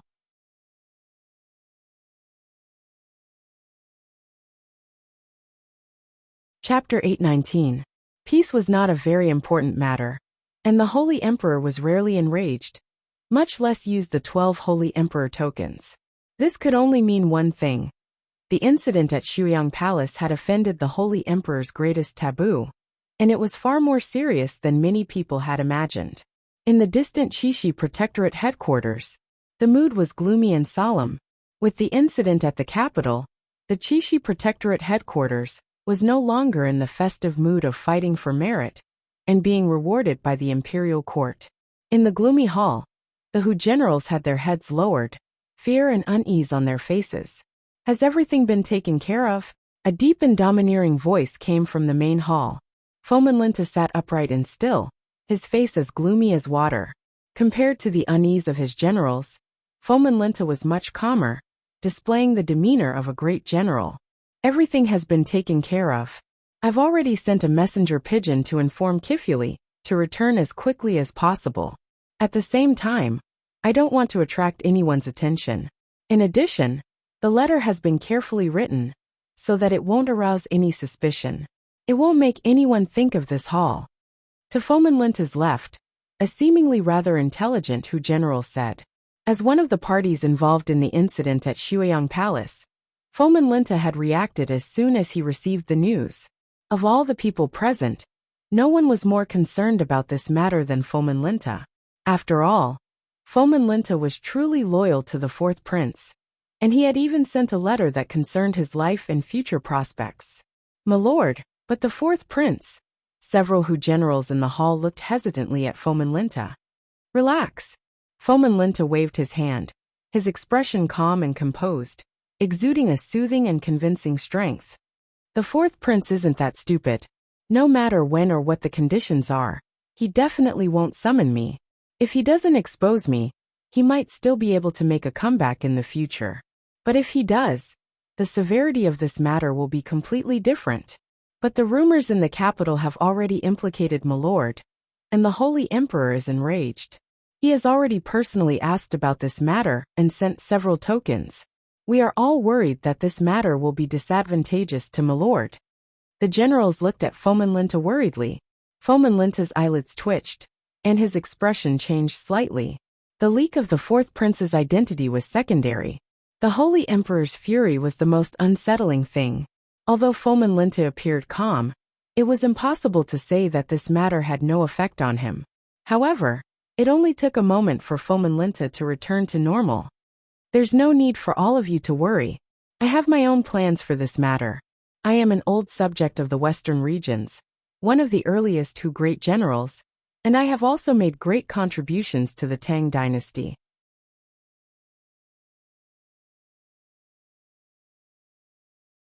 No matter how the Holy Emperor is enraged, as long as there is no conclusive evidence, His Majesty will not be able to use these groundless rumors to punish me. No matter how this matter develops, I will always be Qixi's protector general. No one can shake my position. As Fomenlinta spoke, a storm of energy exploded from his body, and his dignified eyes began to shine with a dazzling light. In his many years of experience in the Tang dynasty, the Shuiyang Palace incident was not the only problem he had encountered. Although he was not as shrewd as the Han, and was not as well versed in the intricacies of the imperial court, Fomenlinta had long ago come to understand a certain principle. As long as he was still Qixi Protector General, as long as he still wielded a large number of soldiers, and could still block the armies of Uzun and the Western Turkic Khaganate for the empire, the Holy Emperor would not easily remove him from the position of Protector General. This was also why he, as a Hu, had been able to stand tall in the Han imperial court of the Tang dynasty for so many years. Fomenlinta's confident words immediately eased the tension in the hall. Reporting, the capital's Borcharu has sent a letter. My lord, please take a look. While everyone was speaking, a Hu scout suddenly rushed in and got down on one knee. Buzz! Fomenlinta's pupils constricted, as if he had been pricked by a needle. Borcharu was not an ordinary Hu name, or at least not an ordinary one. In Fomenlinta's mind, only one person would use this name. Let me see. Fomenlinta remained seated at the head of the hall, but with a wave of his finger, the letter flew out of the Hu scout's hand and landed in Fomenlinta's hand. Haha, good. With this letter, I will be able to sit as still as a mountain in Shuiyang Palace. No one will be able to do anything to me. Fomenlinta scanned the letter and then heartily laughed, his vigorous laughter causing the ceiling of the hall to tremble. As he laughed, Fomenlinta quickly passed the letter to all his subordinates. Wonderful! With the fourth prince's letter, my lord can truly rest easy. My lord is truly safe this time. After reading this letter, the worried Hu generals were instantly invigorated, and the mood in the Qixi Protectorate also relaxed. Borcharu, in Turkic, represented the supreme and future Red Sun. This was the Turkic name Fomenlinta had chosen for the fourth prince. The fourth prince revered the bravery of the Turks, so he had specially requested that Fomenlinta choose this name for himself. In the entire Tang dynasty, there were probably only a handful of people who knew of this Turkic name. Fomenlinta just so happened to be one of them. The Hu generals in the hall were all his trusted subordinates, so they naturally knew of this matter. The fourth prince's letter was very simple, telling Fomenlinta not to worry. Everything had been taken care of, and nothing would implicate him. Irinala, help me draft a memorial to the Holy Emperor. Say that I, Fomenlinta, have done nothing wrong and that my conscience is clear. The last sentence was the final word, and the entire hall immediately regained its tranquility. How is Fomenlinta's reaction? Several hundred li from the Qixi Protectorate headquarters, in Wuxiang, under a large scholar tree, Wang Chong was watching the maids and servants dispatched by the great clans plant and water the flowers. Qixi had originally been a barren and lifeless land, but now, it was slowly becoming more and more lively. The Qixi Protectorate headquarters is calm. It's like nothing has happened. Li Sai stood behind Wang Chong like a mountain as he sternly said. Fomenlinta's reaction is rather fast. Despite such a major incident, he's not the slightest bit panicked. It seems like he has nothing to fear. If my guess is right, the fourth prince should have told him that everything had been taken care of, and that there's no need to worry. Wang Chong chuckled. Everything was just as it had been all those years ago. Fomenlinta had weathered many storms, and his greatest flaw in the Shuiyang Palace incident had been that pledge of fealty. Now that the fourth prince had taken care of that pledge of fealty, Fomenlinta had nothing to worry about, so he naturally had nothing to fear. But if he really thinks this way, then he's far too childish. As Wang Chong spoke, he extended his right hand and lightly pinched a scholar tree leaf that had drifted down in the wind. This matter won't end so easily. Fomin Linta probably still doesn't know of young master's existence, but I'm afraid that he won't be able to hide this matter for much longer. Li Sai worriedly said. Haha, there's no need to worry about such things now. We'll talk about it when the time comes. Wang Chong casually said. He was now thinking about that imprisoned fourth prince. Although he felt a little regretful, Wang Chong did not regret dragging him down with him. Of all the princes, the fourth prince was an anomaly. Although he was of noble birth and a scion of the imperial household, this prince's preferences were completely different. This prince had been fond of the Turks since he was a child, doing his utmost to imitate the Turks in every aspect. Wang Chong had heard many rumors about him that were later confirmed. These included that he liked to wear Turk clothing when no one was around, that he would set up a Turk tent in the Shuiyang Palace on his birthday, that he would imitate the Turks' eating style, that he liked to use knives to cut meat, and that he would recruit maids. However, these were just minor details. The fourth prince loved the Turks, so much so that before he died, he would summon a group of trusted aides and subordinates to ride on horses and imitate the Hu people's funerals.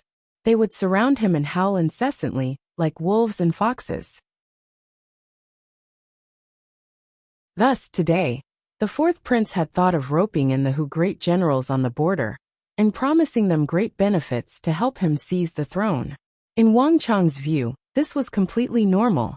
But what Wang Chong found the most intolerable was that besides Geshu Han, and Sishun, and Fomin Linta, the fourth prince had also thought of roping in the center of the Tang dynasty and Zaluoshan. And according to the information that Wang Chong learned later, unlike the other great generals, the fourth prince had privately given Zaluoshan a large amount of aid. And Zaluoshan's rapid rise in power could not escape the fourth prince's involvement. This was something that Wang Chong could not tolerate. Wang Chong actually wanted to use this chance to drag Zaluoshan down with him. But his current rank was simply too low, so not many people would care. Moreover, Zaluoshan's hands and feet had been extremely clean. Even the matter of him colluding with the fourth prince had been revealed many years later. On the other side, Li Sai had no idea what Wang Chong was thinking. Upon hearing Wang Chong's words, he nodded. No matter what the result was, Fomin Linta had to be removed first. With him around, he and Wang Chong would find it very difficult to do anything. The two of them had reached a complete consensus on this point. When does Marquis plan to have them move against the capital? Scholar Liu has already sent letters urging us on several occasions. Li Sai asked. Although Wuxiang was very far from the capital, with the eagle acting as mediator, the two sides had an endless stream of letters. It's about time. This time, Wang Chong had a solemn look in his eyes. Although he appeared to be admiring the flowers and the moon, he had actually been paying close attention to this matter. He would quickly receive news of the slightest disturbance in the capital. The fastest pigeon between Wuxiang and the capital will take 2 days. Let Fomin Linta be happy for a few days. Tell Scholar Liu to immediately begin the operation on the day he receives the letter. Yes. Li Sai lowered his head and quickly left.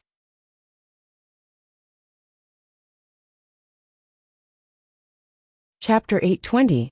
Unlike the indifference of Fomin Linta and Wang Chong, the Shuiyang Palace incident had a completely different effect on the other border regions of the Tang dynasty. In the Anxi Protectorate headquarters, Gao Xianji and Feng Chongqing had gathered together, the hall brimming with unease and anxiety. Chongqing, it's fortunate that I listened to you and didn't mix with the fourth prince. Otherwise, you and I would have been consigned to eternal damnation. Gao Xianji said, his brow deeply furrowed, and his head lowered as he paced back and forth in the room. My lord, there's no need to worry. We didn't collude with the fourth prince. So what need is there for us to fear the Holy Emperor's wrath? Feng Chongqing consoled. Even if that's the case, this matter is no small matter. The fourth prince once tried to rope us in, and even promised us a great deal. This is also a fact. If the Holy Emperor misunderstands that we colluded with the fourth prince, our futures will be ruined. Gao Xianji sternly said. Quite a few border great generals, who had interfered in the War of the Princes, had been stripped of their ranks and imprisoned. With the lessons learned from the mistakes of the past, Gao Xianji couldn't help but worry that the Holy Emperor would misunderstand him and implicate him. Ha! Feng Changqing gave a deep sigh. No one could imagine the effect this incident would have on the border protector generals and great generals. Unlike a fearless veteran like Fomin Linta, the general did not have as much seniority in the army. He had only been able to climb from the bottom to the position of Anshi Protector General by relying on the favor of the Holy Emperor, as well as his careful and cautious attitude of treading on thin ice, constantly making contributions, and never making a single mistake. This was also why he had constantly issued challenges in Anshi, including the attack on the Sher Kingdom.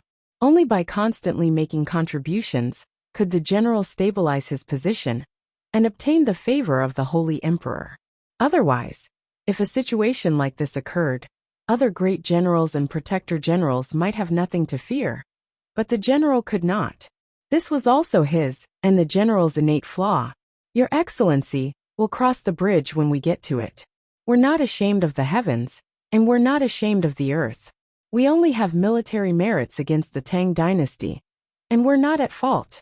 If the Holy Emperor blames me, I, Changqing, am willing to bring my head to the capital to clear your name, Feng Changqing said sincerely. Hearing Feng Changqing's words, Gao Xinji suddenly sobered up. Changqing, you and I have been through thick and thin together for more than 10 years. How can I let you sacrifice yourself for me? Alas, forget it. Changqing, prepare a brush, ink, and paper for me. I will personally write a letter to the Holy Emperor, stating my grievances. The Holy Emperor is wise and powerful. He will definitely understand that we have no intention of rebelling. Gao Xinji let out a long sigh and finally made up his mind. Flap flap. A few moments later, a messenger bird soared into the sky and flew toward the capital. At the same time, in Longxian biting, messenger birds also soared into the sky and flew toward the capital. No one could ignore the will of the Holy Emperor. Whether it was Gao Xinji, Geshu Han, or Insis Han, all of them were apprehensive and uneasy. All the great generals and protector generals had written to the court as quickly as possible the moment they received their golden tokens, explaining their intentions in the hopes of dispelling the Holy Emperor's doubts. Time slowly passed, and the Shuiyang Palace incident continued to ferment. The memorials from the protector generals and great generals caused this matter to garner even more attention. This was the first time since the founding of the Tang dynasty that so many great generals had intervened in the War of the Princes. As a result, it attracted unprecedented attention. Everyone inside and outside the court was discussing this matter, and many people were speculating as to which great generals had intervened in the fourth prince's matter. Would it be one, two, or all of them? The entire capital was in an uproar. Even Wang Zhongxi, Zhang Shougui, and the other esteemed figures of the Han were paying close attention to this matter. In the royal palace, the first prince, second prince, and the other princes were also paying close attention to this matter. Big brother, fourth brother is truly bold. He actually dared to collude with the Hu. In the first prince's palace, the second prince Li Yao stood, his face seething with rage. If not for that muddlehead Yang Chao drinking too much and spitting out the truth, we would have never known that he was using such a method. Second brother, why be so impatient? In the great hall, eldest Prince Li Ying sat upright. He held a teacup in one hand and the lid in the other. He gently wiped the layer of tea foam on the surface, blew on it, and then took a sip. His throat slid as he swallowed. The entire process was slow and unhurried. It was completely different from second Prince Li Yao's impatience. Fourth brother was anxious, so he thought of using the Hu's methods. Back then, grandfather Taizong conquered the lands and was called the Khan of Heaven by all the countries. All the barbarians submitted to him. Moreover, later on, the barbarians submitted, willing to follow Grandpa Taizong and help him conquer the world. This was the origin of the current Hu people. Fourth brother probably thought of grandfather Taizong to think of this move. You sure can keep your composure. You're still speaking up for him at this time.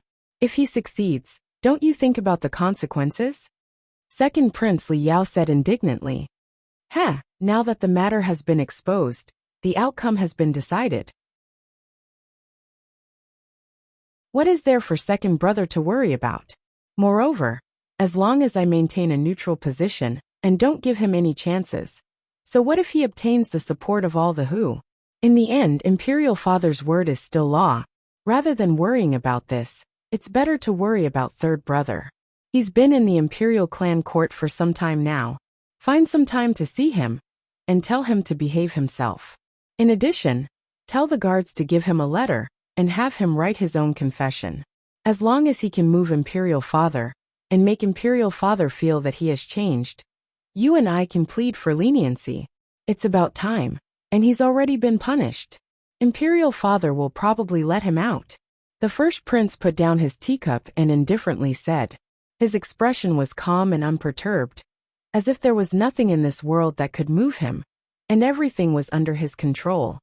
Compared to that muddle-headed fourth brother, who was thrown into prison by Imperial Father, because of a single Yang Chao, I'm more concerned about fifth brother Li Heng. You and I both know what fifth brother was like in the past, but you also saw how shrewd he was in the Hall of Princes.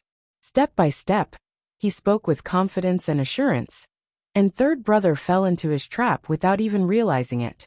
He clearly had the guidance of an expert, and I would never believe that he didn't have someone behind him. Compared to fourth brother, I'm more interested in who the person behind him is. The eldest prince's eyelids twitched slightly, and an astonishing cold gleam shot out, causing one's entire body to tremble. However, it was only for a moment, and the cold gleam disappeared after a flash. The eldest prince immediately returned to normal. He was as tranquil and peaceful as before, causing others to be unable to see any flaws. Time flew by, and as the Shuiyang Palace incident gained more and more attention, more and more information was revealed. When the Holy Emperor was enraged, the matter reached its peak. But it didn't take long for the memorials from the Hu Protector Generals and Great Generals, who had been implicated, to arrive at the capital and be revealed. Without exception, all the Hu Protector Generals panicked in their memorials, claiming that they were innocent and pleading to the Holy Emperor that they had no collusion with the fourth prince. Only one of them admitted that the fourth prince had tried to rope him in, but he had sternly refused. Geshu Han and Insist Han were the same. The Shuiyang Palace incident had fallen into a deadlock. Although Yang Chao, Zhang Xian, and Zhao Yu had all claimed that the fourth prince had obtained the support of the Hu great generals on the border, this was only their side of the story. There was not a single letter between the fourth prince and the border great generals. As for the fourth prince himself, he had declared that there was no such thing. Thus, the entire interrogation was in a stalemate. Even though everything pointed to the Hu Protector Generals and Great Generals on the border, there was no conclusive evidence that Geshu Han, Insist Han, Foman Linta, Gao Xianji, or anyone else had been involved. Although Big Dipper Great General Geshu Han and the others were Hu, they had made great contributions to the imperial court, and they had always been clean and honest. Moreover, they had been promoted by the Tang dynasty's war god and crown prince's junior guardian, Wang Zhongxi. In private, compared to the joint interrogation of Yang Chao, Zhang Xian, and Zhao Yu by the Court of Judicial Review, the Bureau of Justice, and the Bureau of Justice, more people agreed with Geshu Han's argument in his memorials. The fourth prince truly had realized his value, and had tried to rope him in, but he had been rejected. In truth, all the princes of the imperial palace had tried to rope in the important officials of the court, but many of them had been rejected. Being rejected and succeeding were two completely different concepts. Being rejected was the same as if nothing had happened. Only agreeing could be considered as colluding with the important officials of the court. Relying solely on the testimonies of Yang Chao, Zhang Xian, and Zhao Yu was simply not enough to convict the Hu Protector Generals. After all, each of these Protector Generals had an illustrious status. They couldn't be imprisoned just because of the groundless accusations of a few people. Otherwise, what face would the important officials of the court have left to speak of?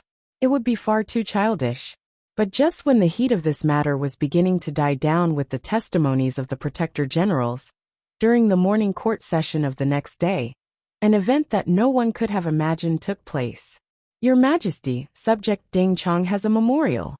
At the end of the day's court session, the white-haired imperial censor Deng Chong sternly stepped forward, his ceremonial tablet in hand. Old Imperial Censor, what matter do you have? Speak.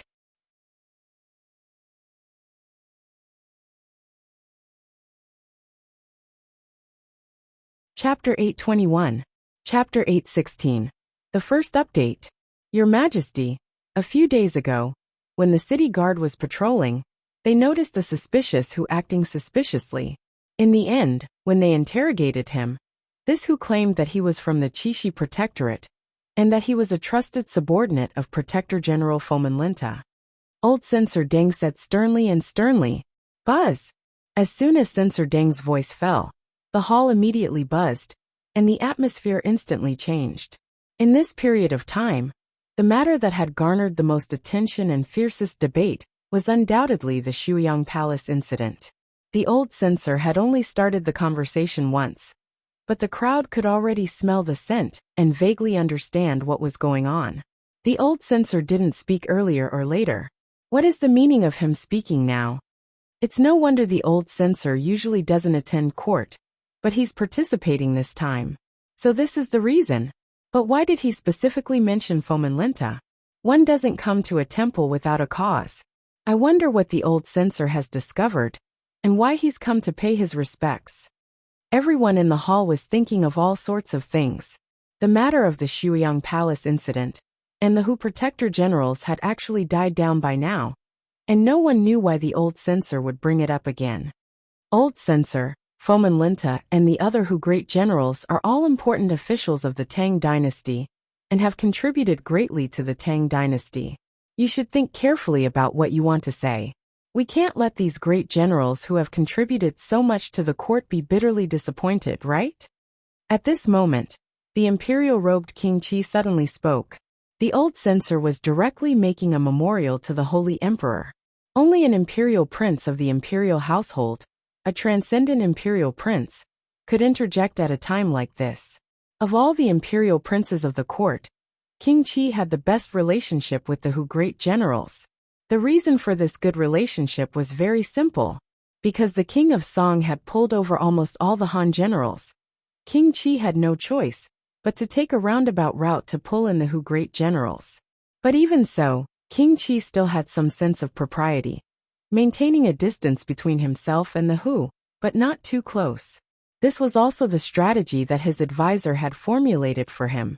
At a time like this, only he could speak up for the Hu great generals. Your Majesty, the old imperial censor said nothing, only shooting a glance at King Qi. Then he continued to look at the upper part of the hall, at the person in control of the central divine artifact, the supreme and most revered holy emperor of the empire. As a border general of the imperial court, you actually left the army without permission. This is deserting your post and committing a grave crime. In addition, he had disguised himself as a Hu merchant and snuck into the capital. He definitely had ulterior motives. The city guard caught him on the spot. However, this wasn't the main point. The main point was that the city guard had found a letter on him. This letter is also the main reason why I am here. The civil officials do not love wealth, the generals do not fear death. Everyone is content with their positions, scrupulously fulfilling their duties, not interfering with each other. This is the foundation upon which my Tang dynasty has stood for centuries of peace. But Fomenlinta, as a great general of the border, Qixi Protector General, and a great general of the empire, does not place his mind on the border, but on the service of the imperial court.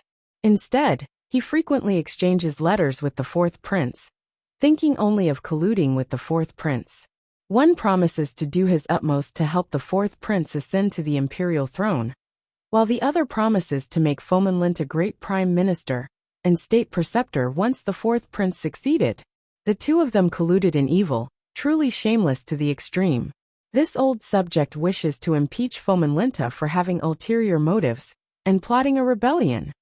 As the old imperial censor spoke, his entire body trembled in excitement. As soon as the old imperial censor's voice fell, there was a rumble. It was as if a boulder had fallen into the hall. It immediately caused a huge commotion among the civil and military officials, and the entire hall was in an uproar. Every day, there were all sorts of impeachments in the capital. The duty of the imperial censors was to supervise the world and impeach those who had committed crimes, from the 3 grand dukes and 9 ministers to the ordinary county officials. Even the Supreme Holy Emperor was on the list of impeachments. After spending so much time in the court, they had long ago grown accustomed to it. But this time, it was completely different. In the words of the old censor Deng Chong, there were a few unusual words that could even be considered taboo. One was throne, another was prime minister, and there was also the word transaction. To a subject, this was an absolute taboo. Lord Deng, is what you say true? A border great general colluding with a prince in exchange for the position of prime minister? This is simply shameless. Fomenlinta is quite bold. Deng Chong, don't speak nonsense. One is an imperial great general, and the other is a prince. Think carefully before you speak. This is no trifling matter. Moreover, didn't Fomenlinta just make a great contribution on the Uzun Plateau? Are you trying to slander a meritorious subject? What do you mean by think carefully? Imperial censor Deng is an old subject of the court. If he doesn't understand, do you? The duty of an imperial censor has always been to supervise the world. And this is the duty of an imperial censor. But why are you speaking up for Fomenlinta at this time? Are you also involved? The imperial court was in an uproar. The Shueyang Palace incident had involved many people, and many of the 6 bureaus had already been dragged in. The current imperial court was clearly divided. It wasn't that they were speaking on behalf of Fuming Lingcha, but that many of the prisoners in the prison were their colleagues and old friends. After decades of friendship, how could they possibly bear to see this happen? Imperial censor Deng, His Majesty has ordered you to bring up the letter. Just as the debate in the imperial court was at its most intense and chaotic, Chief Eunuch Gao Lisher, who was seated next to the sage emperor and wielding a horsetail whisk, suddenly spoke up. With that, Deng Chong did not say anything. He took out the letter he had long prepared from his sleeve and took the initiative to step forward. At the side, 2 fully armed palace generals stepped forward and took the letter from Imperial Censor Deng's hands. They lowered their heads and respectfully handed it over. Seeing this scene, the originally noisy imperial court instantly quietened down. Everyone's hearts tightened as they looked at the top of the imperial court. Although Imperial Censor Deng Chong had said that Fomenlinta was colluding with the 4th prince, no one had seen the letter and did not know whether it was true or not. Buzz! Just as the letter landed in the Holy Emperor's hands, the entire imperial court suddenly sank. Without any warning, the atmosphere in the imperial court suddenly became extremely heavy, as if countless mountains had fallen on top of each other. In that instant, everyone felt a strong sense of unease. In that instant, it was as if time had stopped. Although they couldn't see anything in the surroundings, they could clearly feel a suffocating and terrifying aura sweeping out like a storm. Before this aura, everyone in the imperial court was as insignificant as an ant. Bastard! A thunderous and furious voice resounded through the hall, causing the entire imperial palace to fiercely tremble. It seemed like it would shatter at any moment. Summon Fomenlinta. We want to hear his personal explanation. A single order from the Holy Emperor had set off a massive earthquake in the capital and caused the entire structure of the empire to change. Marquis, we've succeeded. The capital is in an uproar. Everyone is talking about the deal between Fomenlinta and the 4th prince, and Fomenlinta even wants to become prime minister. Now that this matter has been exposed, he's become the target of public criticism. It's not just us. Even Anong Protector General Zhang Shogui, Minister of War Zhangqiu Jianxiong, Big Dipper Great General Geshu Han, all the other civil and military officials, and even the current prime minister, view him as a thorn in their side. Just this matter alone will make it impossible for Fomenlinta to sit stably on Mount Tai. In the distant Wuxiang, Chung Sanyuan excitedly rushed in with a letter in his hand. Marquis, Fomenlinta is truly doomed this time. Is that so? Wang Chong faintly chuckled as he and Su Yichin sipped tea, their expressions unperturbed, as if they had already predicted all this. Fomenlinta never had the talent to become prime minister, but he desperately wanted to be one. He only has himself to blame. Now that this matter has been exposed, it shouldn't be strange for him to become the target of public criticism, right? But given Fomenlinta's personality, he probably won't give up so easily. You shouldn't get careless. On the other side, Su Yiqing covered her mouth and chuckled as she put down the teacup in her hand. Unlike Wang Chong, she was drinking peony tea. A layer of peony flowers floated over the surface of the tea, exuding a refreshing fragrance that made it seem extremely elegant. He won't get the chance. The evidence of his collusion with the fourth prince is irrefutable, and there's even his protector general's seal on it. There's no way he can defend himself against this. No one can help him now, not even the Holy Emperor. Wang Chong indifferently said. Moreover, this matter is far from over. With these last words, Wang Chong's eyes shone with deep meaning. That pledge of allegiance to the fourth prince truly had given Fomenlinta a massive headache and thrown him into prison. But this was not the only headache that Fomenlinta had to deal with. At the very least, Wang Chong had not yet submitted a memorial to the imperial court that Fomenlinta had stolen his credit, lied about the military, and allowed Dian Mangpoch to enter the pass. That's right. How is the Qixi Protectorate doing? Wang Chong asked. Haha, the Qixi Protectorate is already in an uproar. How could Fomenlinta sit still after such a major incident? If everything goes as expected, Fomenlinta will be leaving for the capital in 3 days. His Majesty is truly angry this time. Chung Sanyuan heartily laughed. Wang Chong nodded, not at all surprised. In the past, he would have been fine, but not too long ago, the Holy Emperor had asked Fomenlinta about this matter, and Fomenlinta had replied that there was no such matter. Now that the matter had been revealed, this was a crime of deceiving the sovereign, so it was reasonable for the Holy Emperor to be enraged.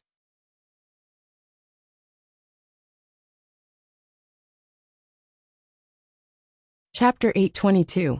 I've gotten in touch with him. I've discovered that Hulayeg is still a little slow at gathering warhorses. I'm currently trying to help him sort out his relationships with the tribes of the steppe, and at the same time, I'm changing the method of gathering warhorses. In the future, when he wants to trade with us, he'll be able to do so much earlier. Su Yiqing smiled. Wang Chong and the others in the room couldn't help but sigh in praise. Su Yiqing truly had changed a great deal after her arrival at the City of Steel. The construction of the City of Steel had originally been carried out on its own, and because some of the land had already been sold to some great clans, the various clans had built their own buildings. But after Su Yiqing's arrival, she had made changes to all the resources and centralized management, allowing the construction of the City of Steel to proceed much more orderly and quickly. Even the construction of the shops of the great clans had sped up. In just a little more than a month after arriving in Wuxiang, Su Yiqing had already won the heartfelt respect and admiration of the people here. Even for a Turkic horse merchant like Hulayeg, Su Yiqing was able to help him sort out his relationships and speed up the process of gathering warhorses. I'll have to trouble you in this period of time. No matter what, I hope to get those warhorses as quickly as possible. Wang Chong said. Time flew by, and in the blink of an eye, several days had passed. As Wang Chong was inspecting a map of the western regions, he suddenly heard the rumbling of hooves in the distance. Before Wang Chong could react, there was a flash of light, and a scout hurriedly rushed in. Marquis, it's bad. Fomenlinta has come. Buzz. As soon as the scout finished speaking, the atmosphere in the room suddenly changed. There was no one in the City of Steel who did not know of the relationship between Fomenlinta and Wuxiang. Even the lowest-level scouts and craftsmen knew that their own Marquis and the Qixi Protector General were irreconcilable enemies. They also knew that the Dian Mangpoch and the Izan White Braves had been allowed in by Fomenlinta, including the regional commander's incident, where Fomenlinta had once tried to kill Marquis. This matter had long since spread throughout the City of Steel. It was said that those who came did not come with good intentions, and those with good intentions did not come. For Fuming Lingcha to appear in the City of Steel at this time clearly meant that he did not have good intentions. Boom. Standing on the walls of the City of Steel and looking down, Wang Chong finally saw Fomenlinta galloping over. To the northwest of the City of Steel, Fomenlinta, dressed in martial attire, was galloping over with 10 guards. Although he had lost the thousands of soldiers and guards of the Qixi Protectorate, Fomenlinta still exuded a majestic and domineering aura. No matter how much of a ruckus the court was making, no matter how the court viewed this Qixi Protector General, just the title of Imperial Great General was enough to make anyone feel some respect and fear. Marquis, Fomenlinta has probably come with ill intentions. Li Sai stood behind Wang Chong, his brow furrowed in concern. Fomenlinta had colluded with a prince and was about to enter the capital to meet with the Holy Emperor.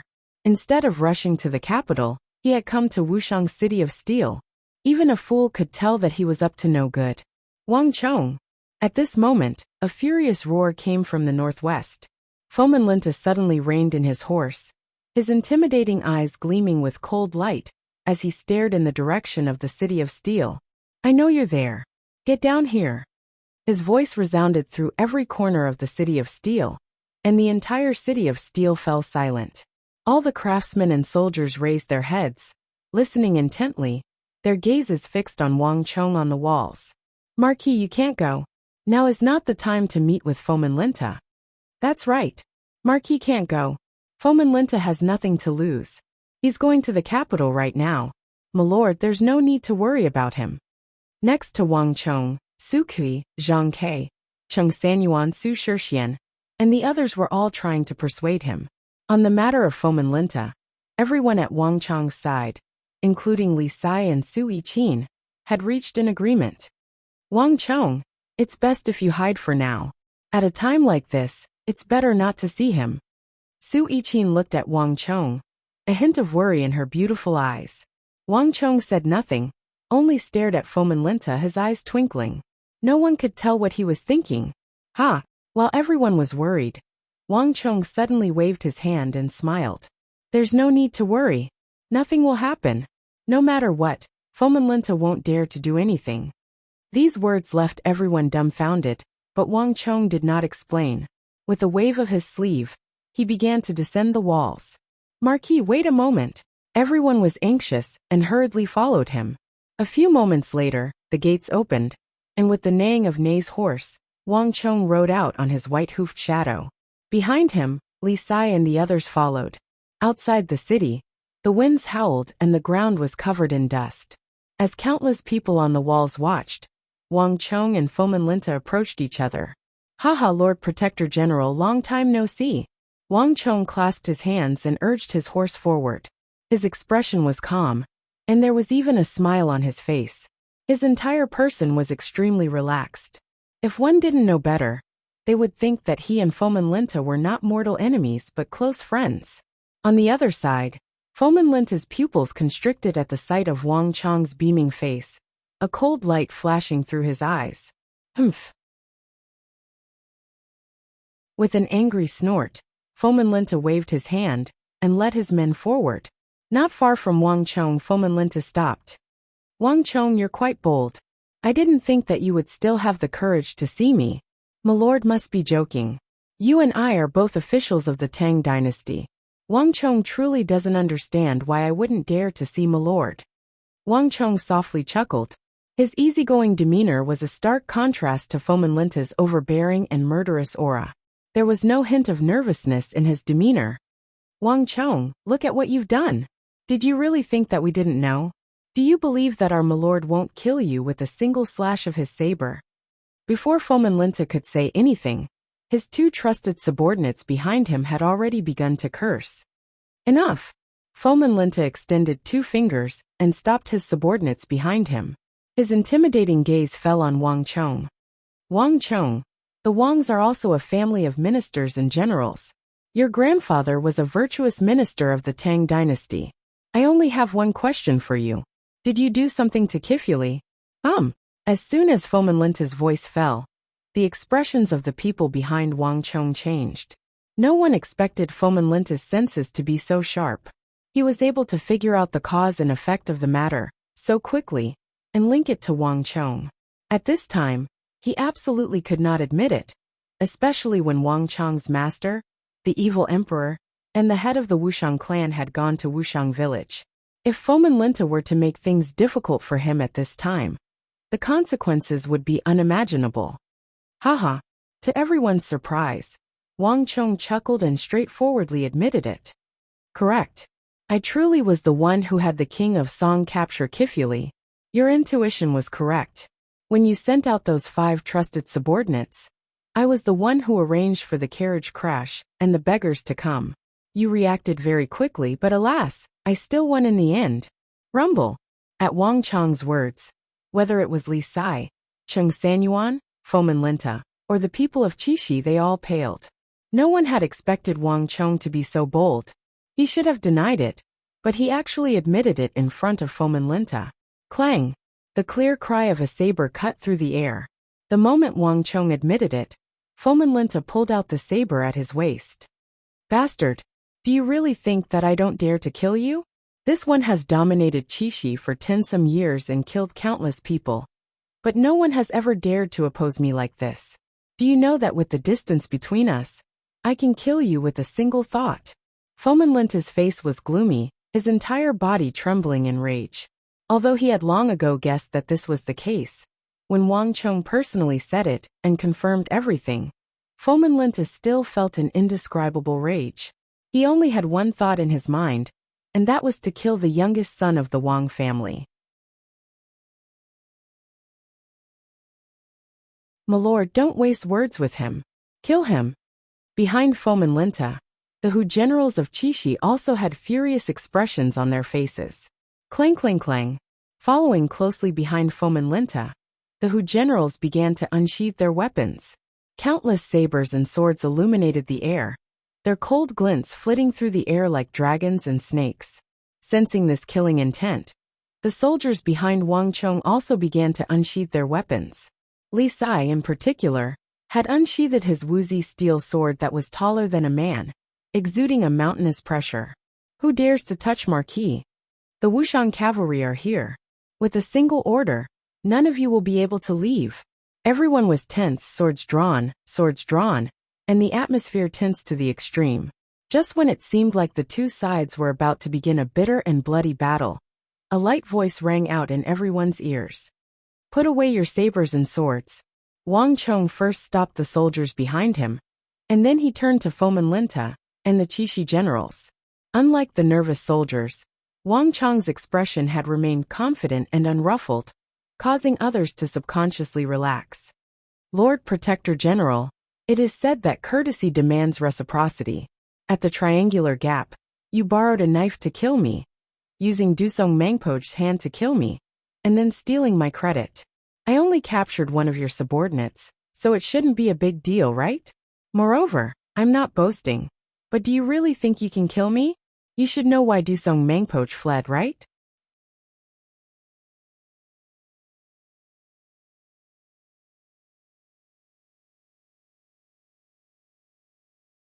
Chapter 823. Translator. Exodus Tales Editor. Exodus Tales. Dusong Mangpo and Fomin Linta had fought countless times on the Uzan Plateau, with neither side able to gain the upper hand. But in the Battle of the Triangular Gap, Dusong Mangpo had abandoned his army and fled. To these Qixi generals who viewed Dusong Mangpo and the Uzan Plateau as their greatest foes, this was like an earthquake. All of them clearly remembered how terrifying the auras of those two elders, one black and one white, had been when Wang Chong had walked out of that miniature steel fortress. If those two terrifying elders were still here, none of them would have dared to attack. Hiss!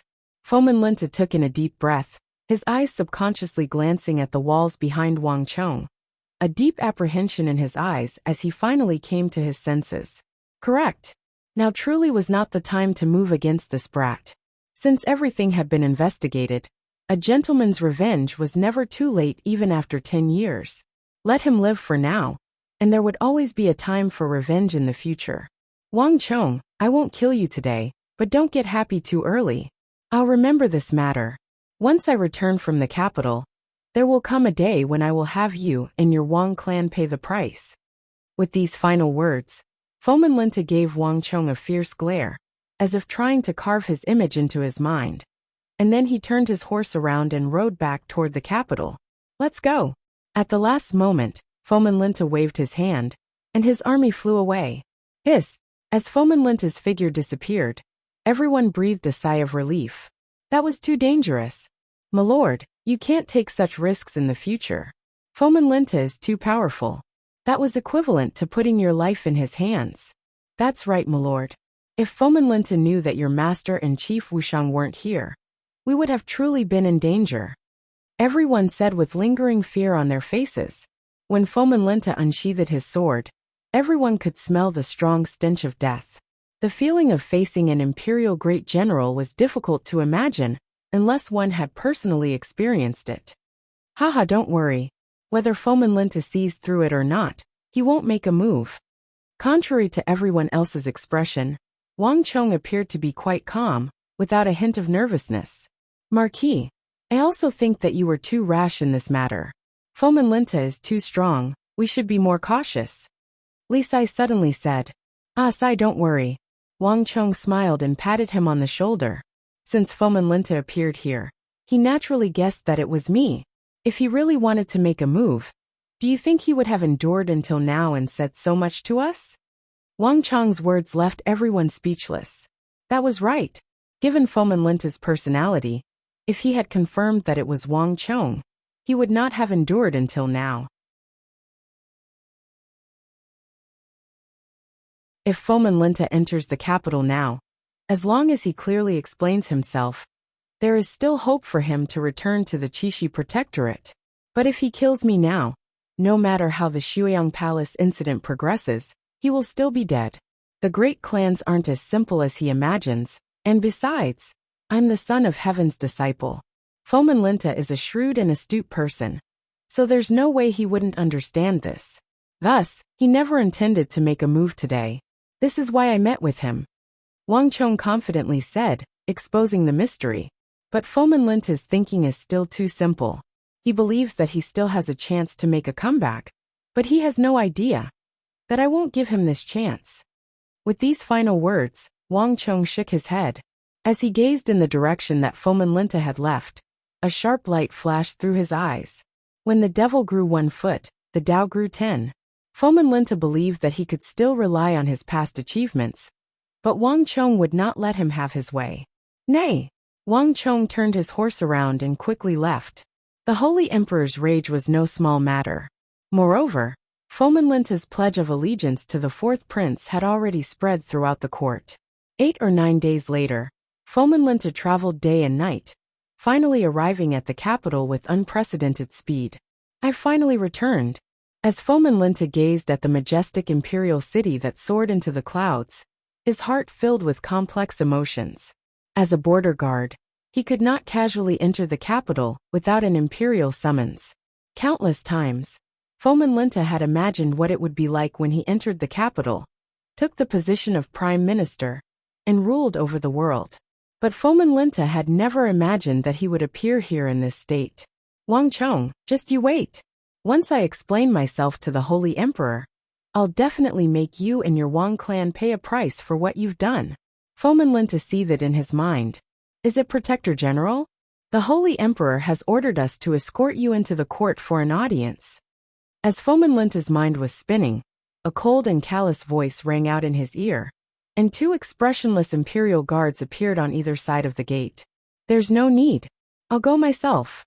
With a wave of his sleeve, Fomin Linta pushed aside the 2 approaching imperial guards, passed through them, and began walking toward the imperial city. This lowly subject Fomin Linta kowtows in salute to your majesty. A few moments later, in the depths of the imperial palace, in Taiji Palace, in front of all the civil and military officials, Fomin Linta, dressed in martial attire, heavily prostrated himself on the floor of the imperial court. Haha, Marquis is too interesting. Several days later, while Wang Chong was in his room inspecting a map of the kingdoms of the western regions, Suki was so excited that his face was red.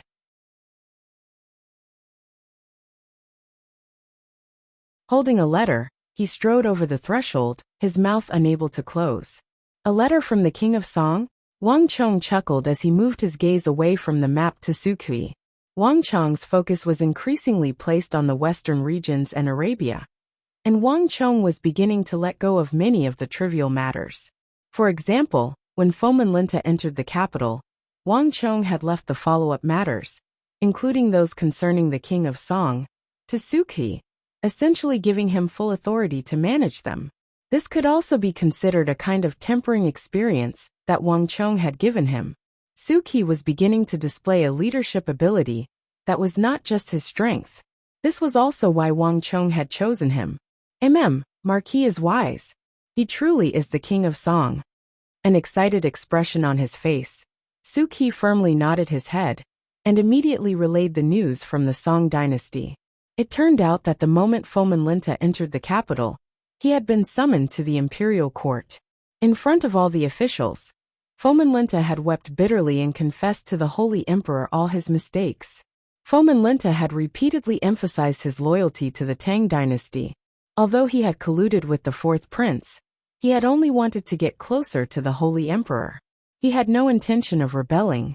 In addition, in front of all the officials, Fomin Linta had spoken of many old matters to the Holy Emperor. He had spoken of his first meeting with the Holy Emperor and the many years of friendship between him and the Holy Emperor. As he spoke, Fomin Linta wept bitterly, and those who heard it would grieve for him. And in the imperial court, Fomin Linta had repeatedly emphasized his identity as a Hu, emphasizing that he was different from the Han who had received the teachings of the Confucian school. The Hu naturally liked to be straightforward, but they had no evil intentions. As for the matter of his loyalty, Fomin Linta had only said that he had been blinded by greed, and that he had only been sitting on the border, unable to enter the imperial court for several decades, which was why he had been tempted by the fourth prince. There were many other reasons for this. One could say that Fomin Linta had put on a bitter performance in front of all the officials. He had turned a normal court discussion into a one-man show for him. It had to be said that when Wang Chong heard all this, he was truly filled with admiration for Fomin Linta. As the Qixi Protector General and the oldest Hu Great General of the Tang dynasty, Fomin Linta truly lived up to his reputation as a cunning and astute old fox. The tactics and methods he had employed were truly exquisite. Even in Wang Chong's eyes, they were flawless. Ginger is spicier with age, as expected of an old fox. Wang Chong sighed. In the Tang dynasty, the Hu had always been a very special group. For Fomin Linta to use emotion to emphasize his loyalty to the Tang dynasty despite being a Hu was truly a brilliant tactic. What did His Majesty say? Did he just let him go? Wang Chong indifferently said. No, His Majesty still hasn't made his stance clear. Suqi hurriedly said. Oh! Wang Chong smiled, his eyes flashing. He was not at all surprised by this result. Fomin Linta truly is very smart, but the heart of a monarch is unfathomable. The fourth prince is His Majesty's flesh and blood, a member of the imperial household, but even the fourth prince has been imprisoned in the imperial prison. Does Fomin Linta think that his words will make His Majesty let him go? There were no small matters in the imperial court, and this was the most dangerous war of the princes. No matter what methods Fomin Linta used, this matter would not be easily concluded. A prince colluding with a border general, and an imperial great general at that, had always been a major taboo. If this taboo had not been so taboo, the Holy Emperor would not have been so angry. How is the imperial court doing? What have they said about Fomin Linta's punishment? Wang Chong asked as he sat on the spacious armchair. Marquis is wise. Just as you predicted, Fomin Linta truly did use a pitiful ruse. There is now a voice in the imperial court that believes that Fomin Linta has a special status, that he has rendered great service, and that Qixi needs an imperial great general like him to guard it. Thus, some people have suggested that Fomin Linta be stripped of his rank and title of Protector General and Imperial Great General. However, he will continue to command Qixi under observation, so that he can atone for his crimes. And there are quite a few people who hold this view. Cheng Sanyuan bowed. Haha. Wang Chong's eyes flashed as he suddenly laughed. Fomin Linta spent so much effort to put on a pitiful performance in front of all the officials for this reason. But there's no way this matter is that simple. Suqi, What else did the king of Song say? Marquis is wise. This matter truly isn't that simple. Fomin Linta colluded with the fourth prince in order to become prime minister. That letter was spread throughout the imperial court, and no one could tolerate him. There are even more voices in the imperial court calling for Fomin Linta to be severely punished, with some even suggesting that Fomin Linta be executed to uphold the law. Zhangqiu Jinxiong, Zhang Shougui, Wang Zhongxi, and even King Qi and the prime minister cannot tolerate him.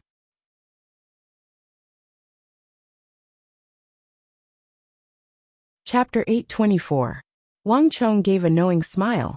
Fomin Linta was currently in an awkward situation. The one who had the greatest hope of helping him, and the one who held the most weight, was King Qi.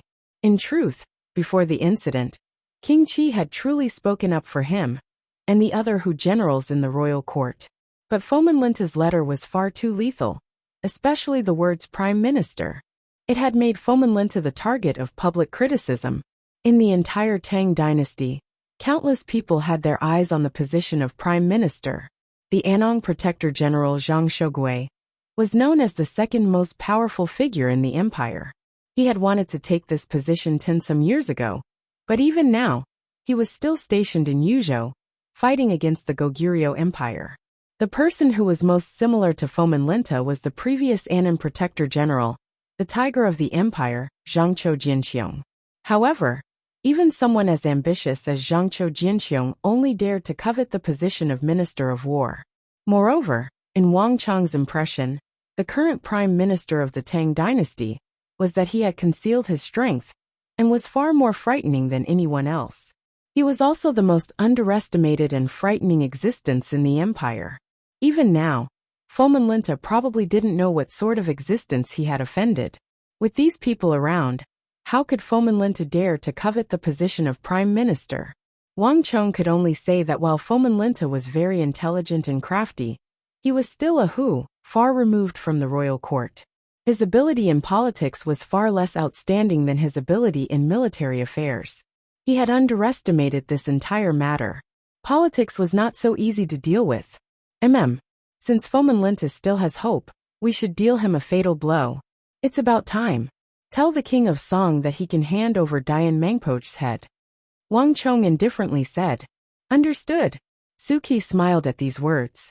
Fomin Linta was still fearless and hopeful because of his past military achievements, especially when he had just made a great contribution to the triangular gap not long ago. However, when he took out Dian Mangpoch's head, everything would be different. Walala. A few moments later, a messenger bird soared into the sky, flying through the skies of Wuxiang toward the capital. Several days later, when the discussion of Fomin Linta in the capital was still in a stalemate, the fatal blow finally arrived. The Lord of Wuxiang, the young Marquis of the Tang dynasty, the son of Heaven's disciple, Wang Chong, had submitted a memorial to impeach Fomin Linta for making false reports and stealing his military achievements. In addition, the imperial censor had impeached Fomin Linta. The 5,000 deaths of the Qixi Protectorate, the death of General Pulin He, and the Izan White Braves and Dian Mangpoch had not attacked the Qixi Protectorate from the Izan Plateau, but from the rear of the army. This was the true reason why the Qixi Protectorate had suffered so many casualties. And those White Braves and Dian Mangpoch had been released into Wuxiang by Fomin Linta, who had neglected his duty. These people had even fiercely attacked the City of Steel, but they had been stopped by Wang Chong's army. Not only that, the entire world knew about the regional commander's incident and the grudge between Fomin Linta and Wang Chong. The Qixi Protectorate's carelessness in allowing the White Braves and Dian Mangpoch to enter the pass seemed like a coincidence, but everyone could see the truth with a single glance. The combination of these two matters immediately caused a massive uproar in the imperial court.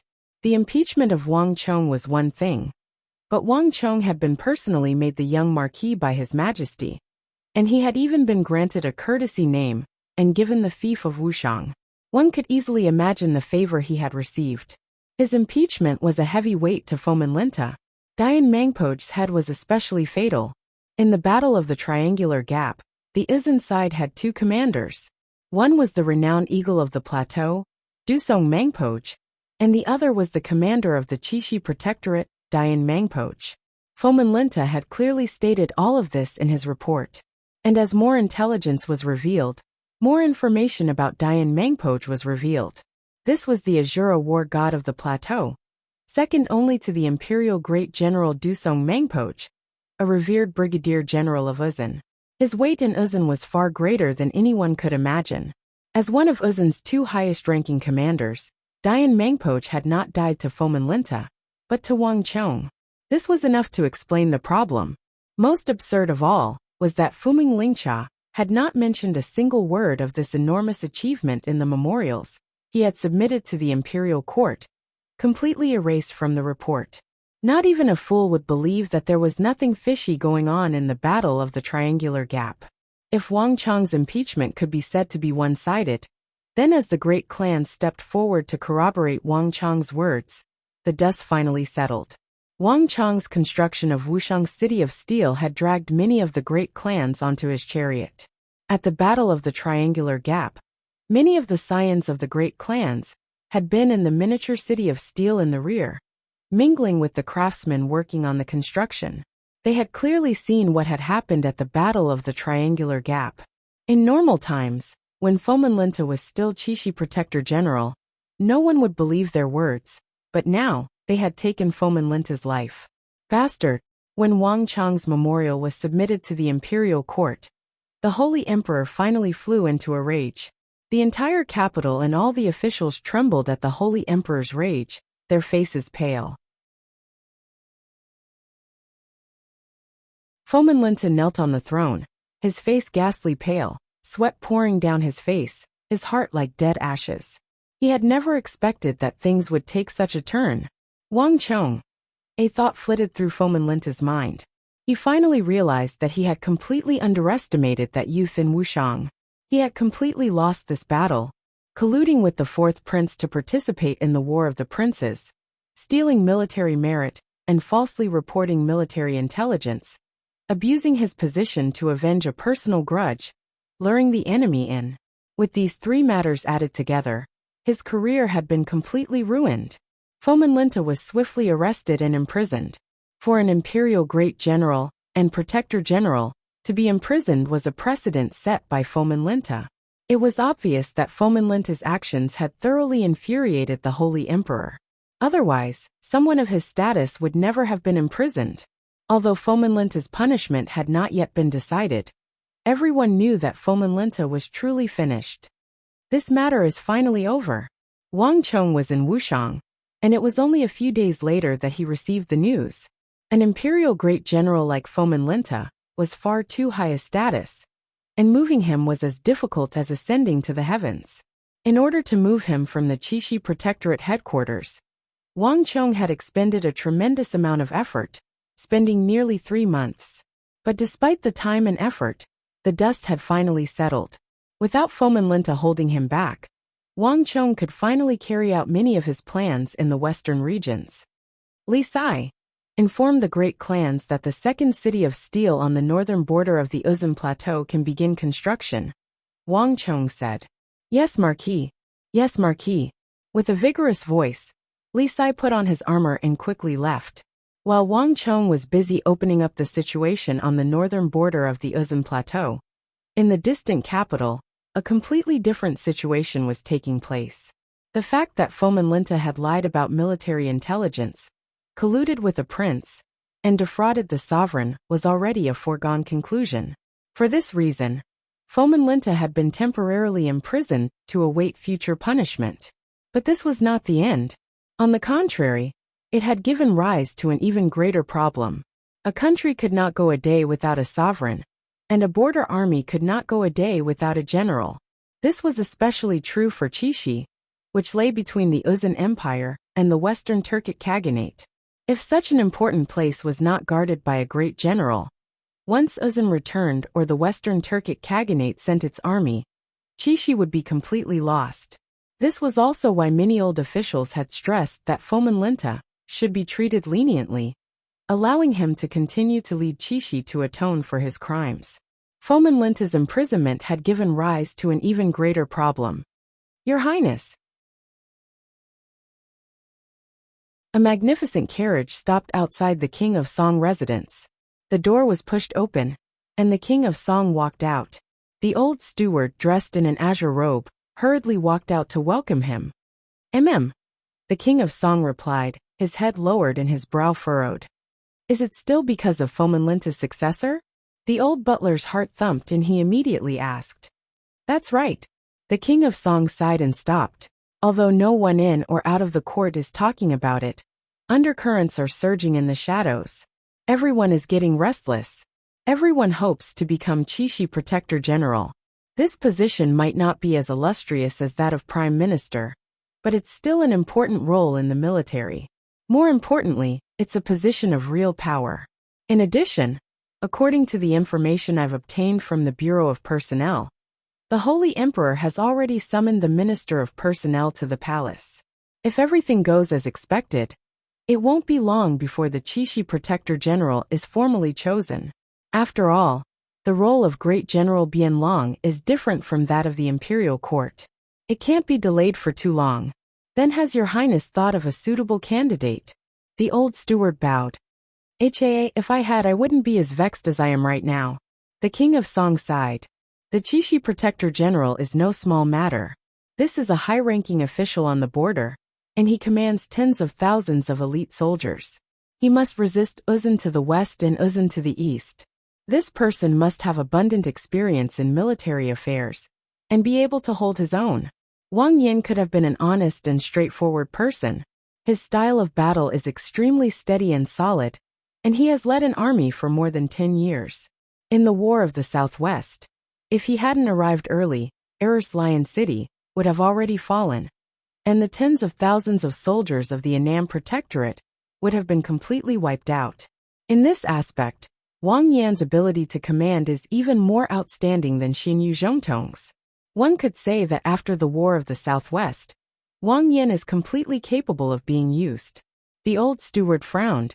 Then what is Your Highness hesitating for? If only it were that simple. According to the rules of the Imperial Court, the position of Protector General must be at the peak of the Saint Martial realm, a great general. In this aspect, Wang Yan is far from enough. However, he's skilled in the mighty miracle god formation, so this aspect makes sense. But have you noticed that the army of the Chishi Protectorate is almost entirely made up of cavalry? The King of Song sighed. The old steward froze, momentarily speechless. Chishi was made up of cavalry, but Wang Yan led the army. His defense was steady and steady, combining offense with defense, defending with offense, and attacking at the same time. All of this was built on the foundation of infantry. In truth, if one carefully examined the War of the Southwest, one would realize that the Annam Protectorate had cavalry, but not many of them. The 200,000 soldiers of the Annam Protectorate, including Wang Yan's army, were mostly infantry.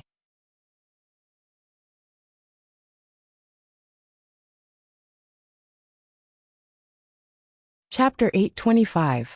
Now you understand, right? The King of Song gave the old butler a profound glance, knowing that he had also understood. Given the relationship between the Song and Wang clans, and Wang Yan's outstanding talent as a commander, he should have been the best candidate. But now, he was the most unsuitable. In addition, the majority of the Chishi Protectorate is made up of Hu, and the Hu are obstinate and difficult to subdue. If Wang Yan were to appear out of nowhere, the Han and the Chishi Protectorate would be fine, but the Hu would definitely not submit to him. Wang Gengji has always been harsh and strict in his management of the army, but could he really just kill half of the Chishi Protectorate? His Majesty needs to send people to stabilize Chishi and guard against Uzun and the Western Turkic Khaganate, not to cripple ourselves and engage in internal strife before we have even begun to deal with Uzun and the Turkic Khaganate. The old butler fell silent. In terms of politics, he was not a very good partner, and he had no say in this matter, so he could not provide much help to the King of Song. Old butler, help me write a letter and inform him of the situation here. Ask for his opinion. The King of Song thought for a few moments before speaking. Yes, this old servant will do so. The old butler's lips moved as he quickly left. In the entire King of Song's faction, The one who could provide the greatest assistance to the King of Song in every aspect was undoubtedly Wang Chong. Fomin Linta was a formidable protector general with decades of service in the army, a lofty and dignified existence. Yet Wang Chong had managed to slowly drag him down from his high horse. In the capital, Wang Chong's reputation had unwittingly reached an extremely high level. Even though Wang Chong was far away at the border and had yet to step into the imperial court, he had no right to participate in politics. However, in the eyes of many nobles and aristocratic families, he was already like the sun in the sky. He was probably even more feared than many of the old officials in the imperial court. Gradually, even the King of Song himself did not realize that he now valued Wang Chong more and more. Unconsciously, whenever he encountered a problem, he would subconsciously think of Wang Chong, hoping to get some advice from him. Several days later, Wuxiang, City of Steel.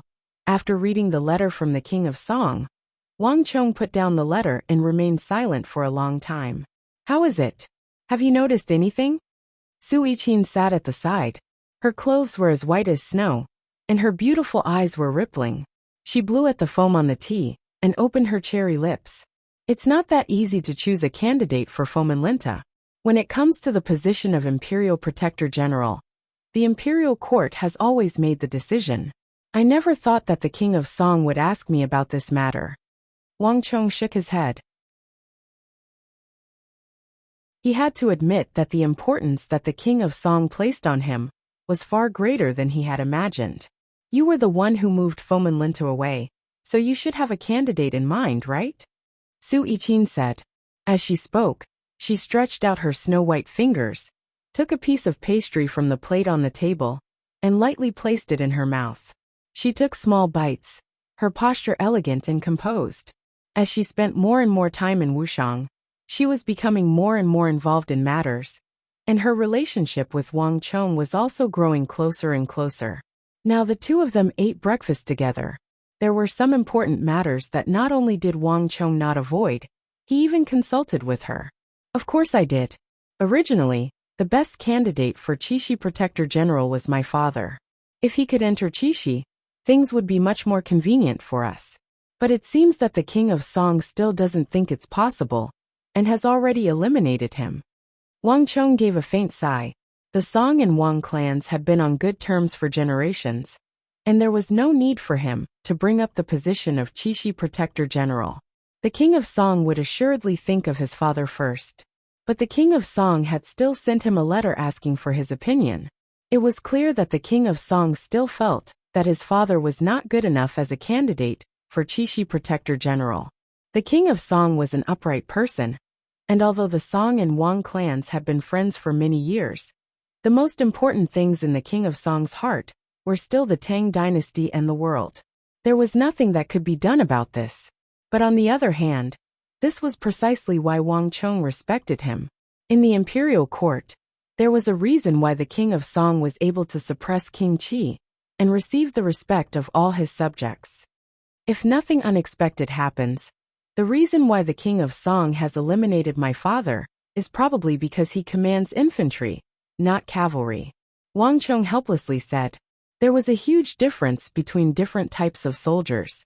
In the War of the Southwest, his father had not been an expert of the great general level, but he had been able to resist the attacks of an Uzun great general like Huashu Wuzong precisely because of the mighty miracle god formation, which gathered the strength of the army. But if it had been cavalry, the subordinates he was familiar with, then the mighty miracle god formation would have been impossible to use. And without the mighty miracle god formation, his father would have been no match for an imperial great general. This sort of person was absolutely not suited to become Qixi Protector General. As these thoughts flew through his mind, Wang Chong couldn't help but deeply crease his brow.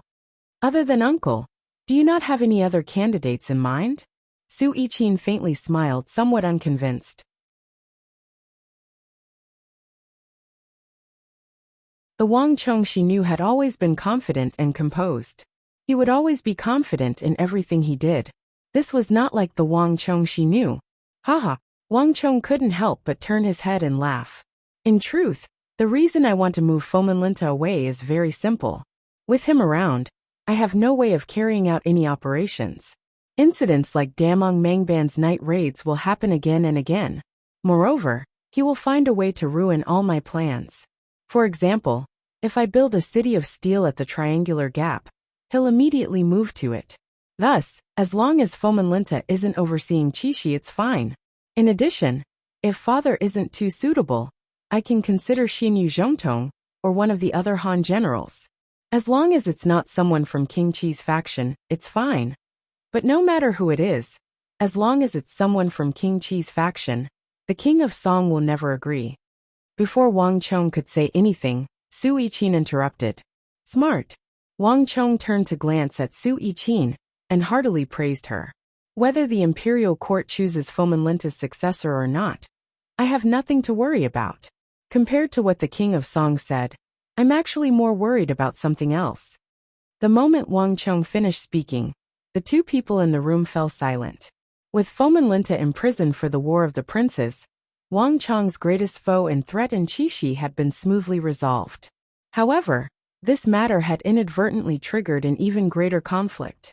At least half of the people in the Qixi Protectorate were Hu vassals, and the Hu revered strength. To put it simply, whoever had the greatest strength was the master. It was fine when Fomenlinta was around, as everything could still be suppressed. But now that Fomenlinta had left, Qixi was like a group of dragons without a leader, and all the problems were immediately exposed. In an instant, 10 factions appeared in Qixi, each of them vying for control of the Qixi Protectorate.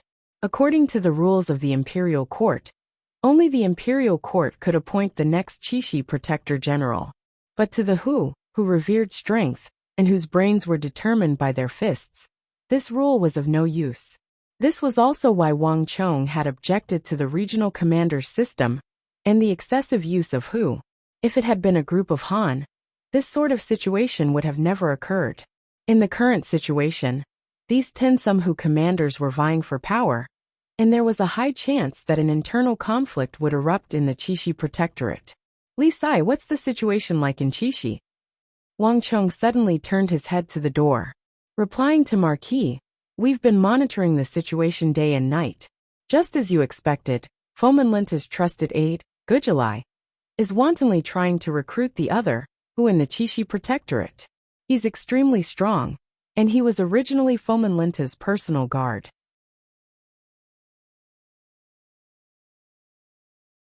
His voice in the army has already surpassed Hibayez. And more importantly, even the Qixi Protectorate on the eastern Turkic steppe has begun to support him. If I'm not mistaken, if the Qixi Protectorate were to choose someone to replace Fomenlinta, it would probably be him. In addition, I've received word that Gujilai will probably use his words to suppress Hibayi.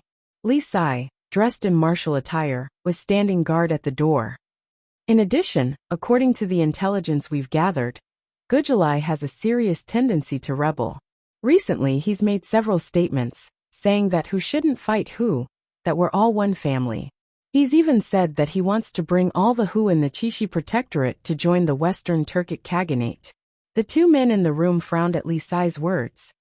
Wang Chong, don't be impulsive. We have no jurisdiction over the Qixi Protectorate, and we can't recklessly violate the laws of the Tang dynasty. Otherwise, there will be serious problems, and we might even lose everything. Moreover, there hasn't been a large-scale war in the Qixi Protectorate. Interfering at this time, and killing a general of the Qixi Protectorate, is a crime punishable by death. Su Qiqin, who was observing from the side, immediately sensed something and quickly warned him. I can only put this matter aside for now. Wang Chong mentally sighed. The affairs of the Qixi Protectorate were currently a complete mess. They could only wait for a new Qixi Protector General to take office before they could be completely resolved. Li Sai, I'll leave the matters of the Qixi Protectorate to you. Keep a close watch on them, and pay attention to their movements. If there's any internal strife, no matter what, you have to get involved and stop them. Yes, Marquis, Li Sai deferentially said. After leaving everything to Li Sai, Wang Chong took a short nap in his room. After enjoying his breakfast with Su Yiqin, he quickly left the room. The events in the Qixi Protectorate truly were worrying, but to Wang Chong, They were nothing more than a minor itch. There was another matter far more important than this. Venerable Masters, long time no see. In the City of Steel, in the main hall of the Lord's residence, Wang Chong met with our Loja and Ablonidin. After more than a year, although the two were still thin, their complexions were much better. Young Master Chong pays his respects. I didn't think that young master would already be made a king and a marquis after more than a year. Young master is so young and promising. We truly did not misjudge you. Upon seeing Wang Chong, the two Sindhi monks immediately stood up from their seats, pressed their palms together, and gave a deep bow.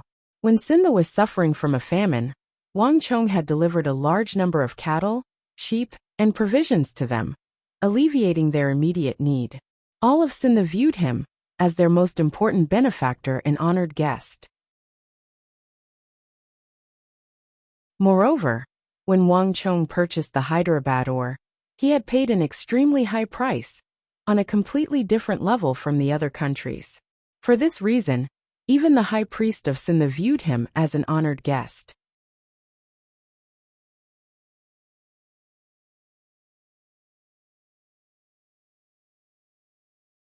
Chapter 826. Haha, venerable ones are too polite. Come sit. Wang Chong gestured at the seat with his palm. Young master, for what reason did you summon us from Sindhu? The three of them sat down, and after some small talk, our Loja got straight to the point.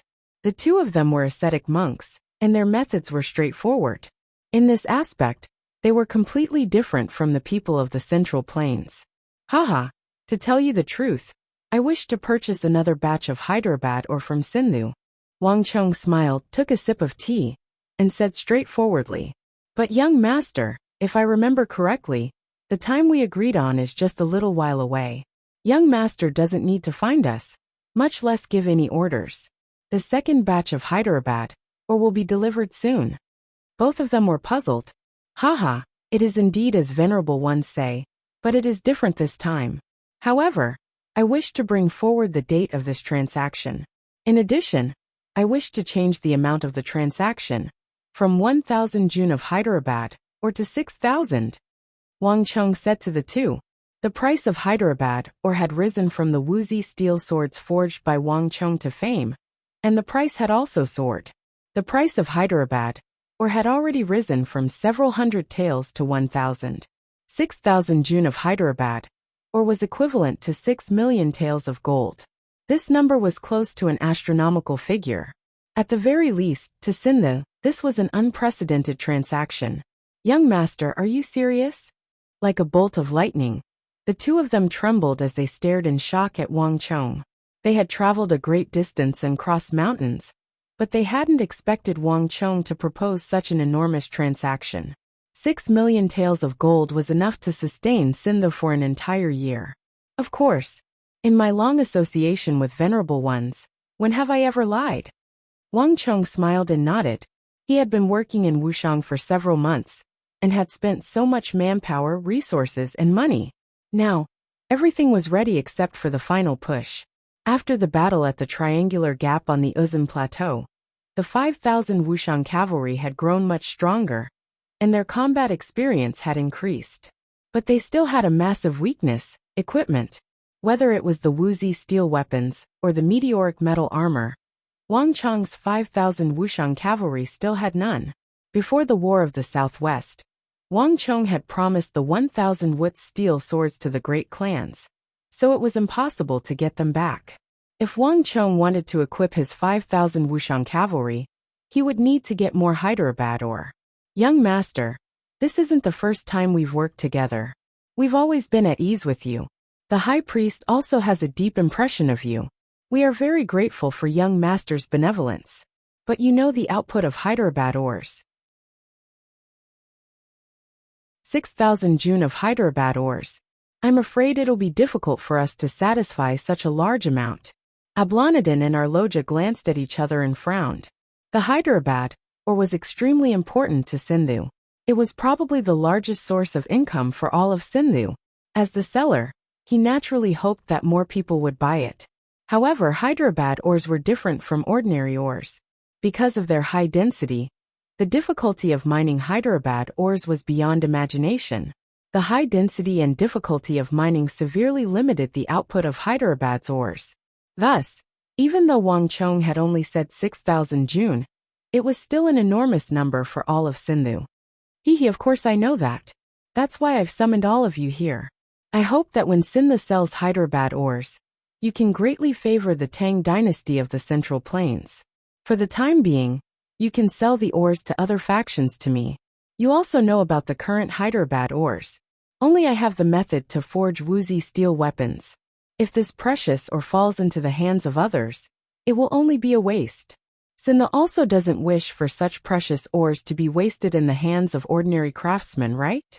Wang Chong put down his teacup and smiled, his expression exuding an aura of confidence and confidence. In terms of Hyderabad ore, Wang Chong actually had an enormous advantage. The price he offered was something that no other faction could bear. Moreover, the method to forge Wuxia steel weapons was something that all other factions could only drool over. Even the two Sindhi monks, Ablanadin and Arloja, had gasped in admiration at the sight of those beautiful and sharp patterns. If they had a choice, the two of them would naturally be willing to favor Wang Chong. After all, only he could bring out the unimaginable potential of Hyderabad ore. The moment Wang Chong finished speaking, the two Sindhi monks revealed extreme shock in their eyes. The sale of Sindhu's Hyderabad ore was strictly divided into regions, and not completely based on price. There were many reasons for this.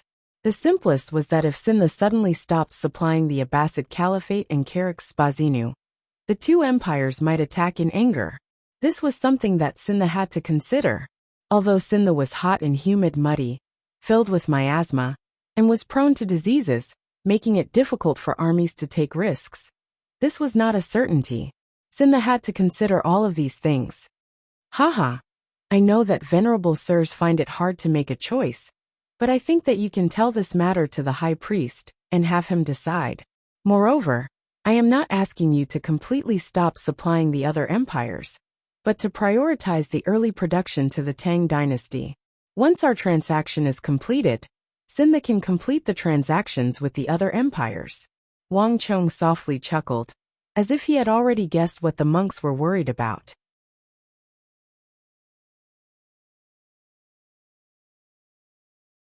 In addition, it has already been so long.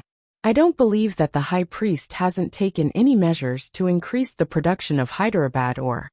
Young master's eyes are truly sharp. As expected, nothing can be hidden from you.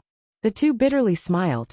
Ever since the transaction with young master, the high priest has truly ordered the recruitment of more people to increase the production of Hyderabad ore, and there are clear results now.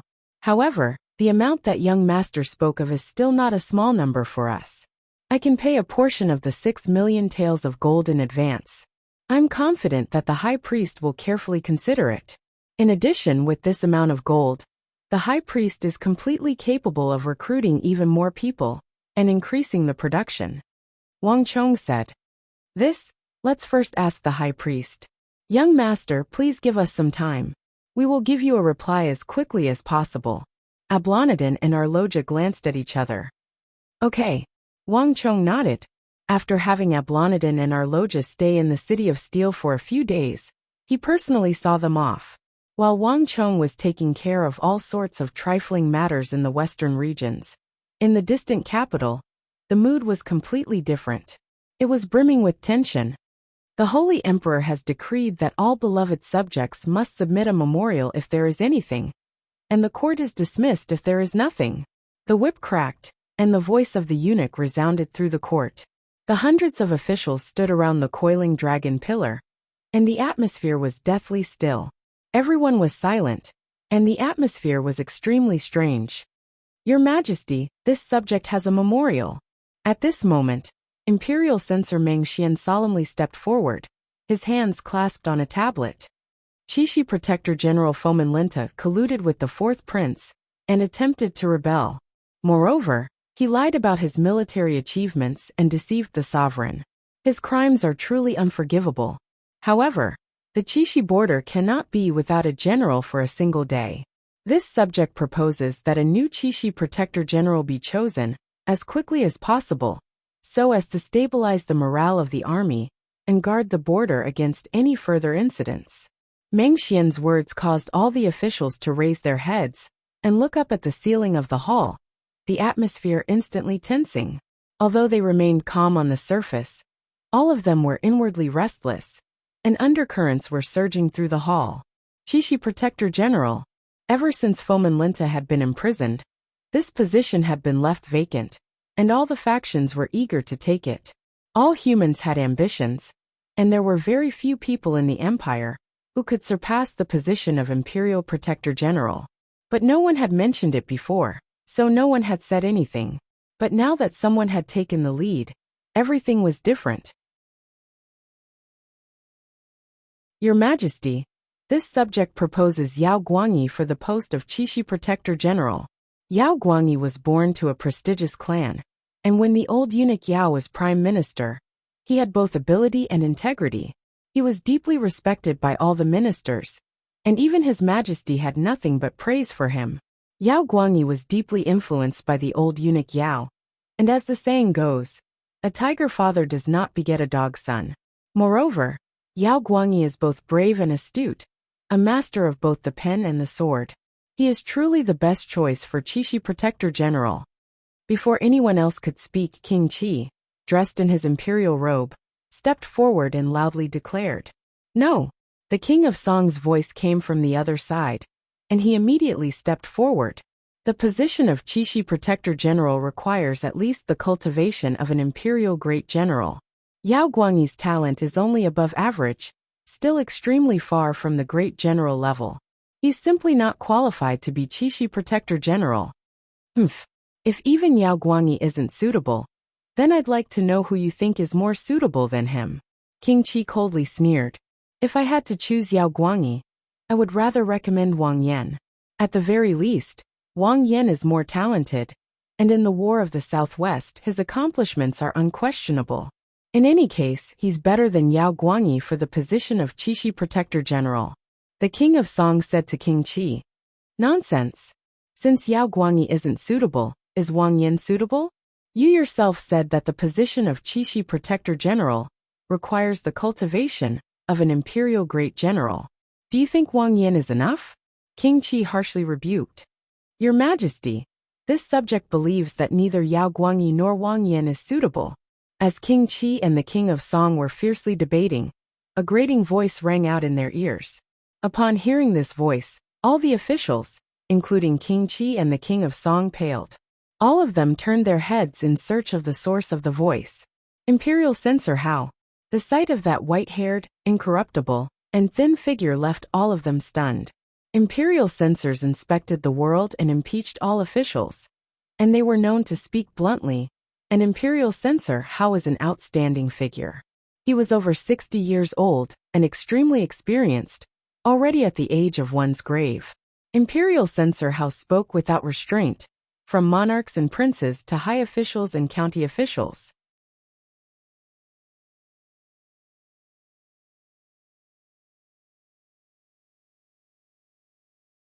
Chapter 827. This subject proposes that Great General Tongluo Great General Abusi assume the post of Qixi Protector General. Great General has worked hard and rendered great service, and his strength is not one bit inferior to Fomin Linta's. This subject believes that with him, Qixi will forever be safe and sound. Imperial Censor Hao sternly said as he stepped out of the ranks. Buzz! Great General Tongluo had been coldly watching from the sidelines. But Imperial Censor Hao's words were like a bolt from the blue, and his entire face paled. He had been listening to the argument between the King of Song and King Qi, but he had never imagined that the flames of war would burn him. "Your Majesty, no." Albus knelt on the floor with a thud and lowered his head. Ever since His Majesty became Protector General, the Tongluo clan has always stood guard at His Majesty's side. Abusi is willing to stand guard at His Majesty's side and never leave.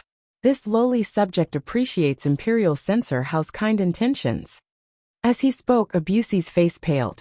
Although the position of Qixi Protector General was extremely prestigious and lofty, it had already become the target of public criticism. Countless ambitious people were vying for this position. Even members of the imperial family, like the King of Song and King Qi, were involved. For imperial censor, how to recommend him at this time was no different from throwing him over a fire rack to roast. Moreover, although the Protector General was a high position, how could it compare to the emperor's personal attendant? Fomin Linta had spent so much effort to sneak into the capital and get close to the emperor. Was he going to do the exact opposite and run all the way to Qixi? Imperial censor Hao had interrupted the King of Song and King Qi to recommend Great General Abusi, but Abusi was still unwilling. The atmosphere in the hall instantly became lively, and everyone began to feel restless. Your Majesty, this subject recommends Protector General Xinyu Zhongtong. At this moment, Yang Zhao suddenly stepped forward, a stern expression on his face. But before he could finish, he was interrupted. Lord Yang, are you joking? Xinyu Zhongtong was already the Protector General of the Southwest. Was that not enough? Did he still want him to hold multiple posts? Based on this line of thought, can I also recommend Anong Protector General Zhang Shogui, Biting Protector General in Sishan, and Anqi Great General Gao Xianji? Assistant Minister Liu Xiao of the Ministry of Personnel said with a cold expression, as he stood beside a huge coiling dragon pillar. How could Xinyu Zhongtong be like the other protector generals? In the southwest, the Mengxi Zhao Empire had completely submitted, while the Izan Empire's Ngari royal faction had also completely collapsed. For at least a few decades, they would not be able to make a comeback. The entire southwest was currently at peace. Could the Anong Protectorate achieve this? Could the Biting Protectorate do it? So why can't Xinyu Zhongtong do it? Yang Zhao held his head high and said confidently. In addition, Xinyu Zhongtong was originally a Protector General, so assuming the post of Qixi Protector General is a surefire and easy task. Your Majesty, please consider it. The crowd in the hall coldly sneered as they watched. Everyone understood what Yang Zhao was thinking. This was clearly the southwest branch trying to encroach on the northwest and expand its own power. Your Majesty, this subject proposes that Duke of Guochai Ziyi and Duke of Tan confer juru. While Yang Zhao and Liu Xiao were still arguing, another voice came from another seat in the hall. Minister of Revenue Zhou Jing gripped his tablet and suddenly spoke. The ancestors of the Duke of Guo and Duke of Tan were both founding ministers of their countries. Their ancestors followed Emperor Gaozong and Emperor Taizong in conquering the world, and they are loyal and devoted to the Tang dynasty. Moreover, both of them are clans of ministers and generals, and the art of war and martial arts have been passed down from generation to generation. With them as Qixi Protector General, Your Majesty will have nothing to worry about. The hall fell silent at Zhou Jing's words. Even Yang Zhao, who was eager to expand his influence, shut his mouth, a look of apprehension in his eyes. Founding dukes. The appearance of these three words in any place would assuredly lead to a thorny problem, and all the parties involved would be filled with apprehension. The reason was very simple. In the Tang dynasty, founding dukes did not refer to just one or two clans, but a group of ancient and powerful factions. They had been operating since the founding of the Tang dynasty, and they had a long history and flourishing roots. They had taken root in the Tang dynasty, and were inextricably linked to the imperial household. Although these founding dukes were slowly declining, no longer able to live up to the glory of their ancestors, no one in the Tang dynasty dared to look down on them. Zhou Jing had recommended the Duke of Guo, Chai Ziyi, and the Duke of Tan, Feng Jiru. No one would believe that he didn't have someone backing him. What everyone found very difficult to grasp was whether Zhou Jing had the intentions of just one or two clans, or the entire group of founding dukes of the Tang dynasty behind him. But no matter which one it was, it signified a massive change. The group of founding dukes that had been silent for so long was slowly beginning to emerge, hoping to once more exert their power in the military. And the position of Qixi Protector General was an excellent opportunity. When it came to this faction, everyone felt that it was a thorny problem. Half the court instantly fell silent. Many of the officials who had wanted to use this chance to recommend their trusted aides hesitated, wanting to speak up, but they were also filled with apprehension. Your Majesty, This subject recommends the wolf smoke General Zhang Zhengbei. It was also at this moment that everyone suddenly heard an abrupt voice. Hearing this voice, Minister Zhou Jing of the Ministry of Personnel was furious. The Feng family and the Chai family were both deep-rooted forces in the court. He had been preparing for this court discussion for a long time. He didn't expect that someone would interfere at this time and interrupt him. Bastard! I'd like to see just who it is that wants to oppose the Feng clan and Chai clan at this time. Zhou Jing fiercely turned his head, hatefully glaring at the speaker. With just a glance, Zhou Jing was instantly struck dumb. Zhao Kuang. Zhou Jing originally thought that the person who dared to mention the Feng family and the Chai family in front of him and dared to oppose him like this would at least be a minister or assistant minister of one of the 6 ministries, or at least a secondary second-rank official, or even a secondary first-rank official.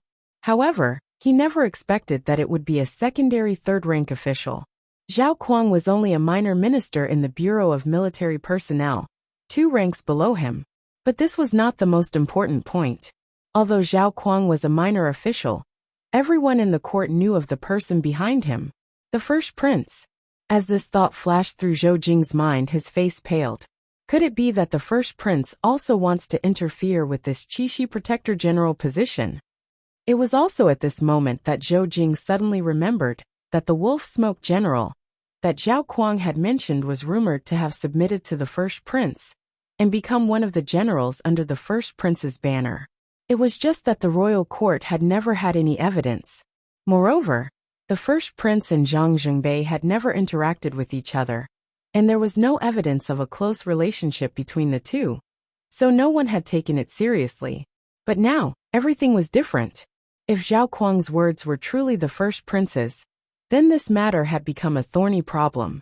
Although the Feng clan and Chai clan represented the most ancient and deep-rooted factions of the Tang dynasty, the first prince was the candidate for the future Tang emperor, the successor to the Holy Emperor. To oppose the future Holy Emperor for the sake of a Qixi Protector General was extremely unwise. This is troublesome. Zhou Jing's brow instantly creased. It was clear that the situation had taken a turn for the worse, one that he had never expected.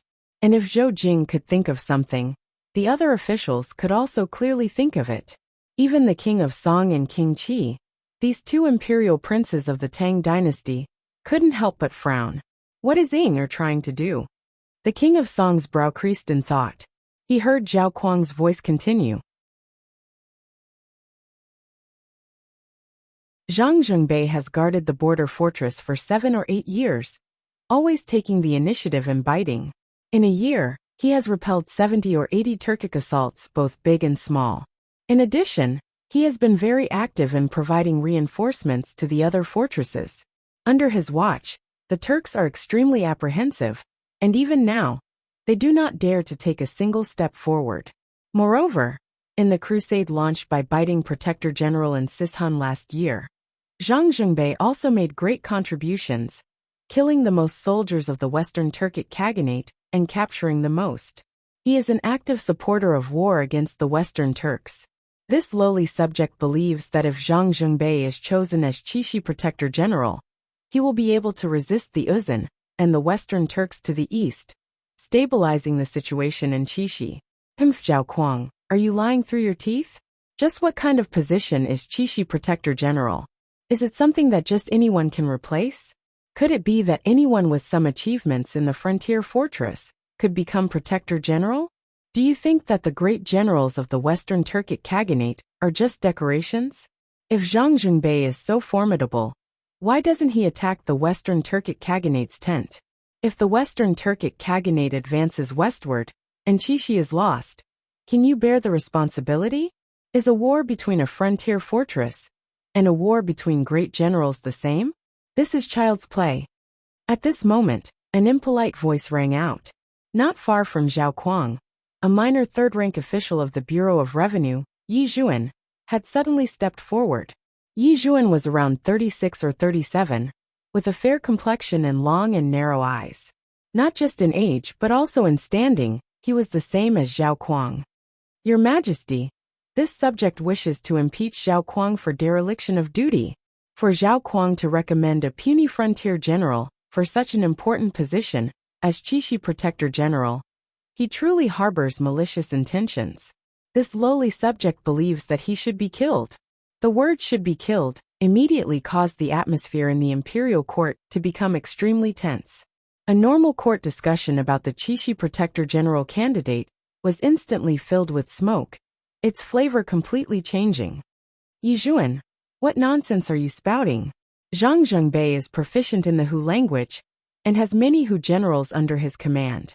In terms of controlling the Hu, he has a unique advantage. With him as Qixi Protector General, the masses will naturally be convinced, and the Hu will be united. Isn't this wonderful? It's you, Yi Zhuan, who are spouting nonsense. Your Majesty, this subject wishes to impeach Yi Zhuan for disturbing the court and showing no respect for the sovereign. Your Majesty, please punish him.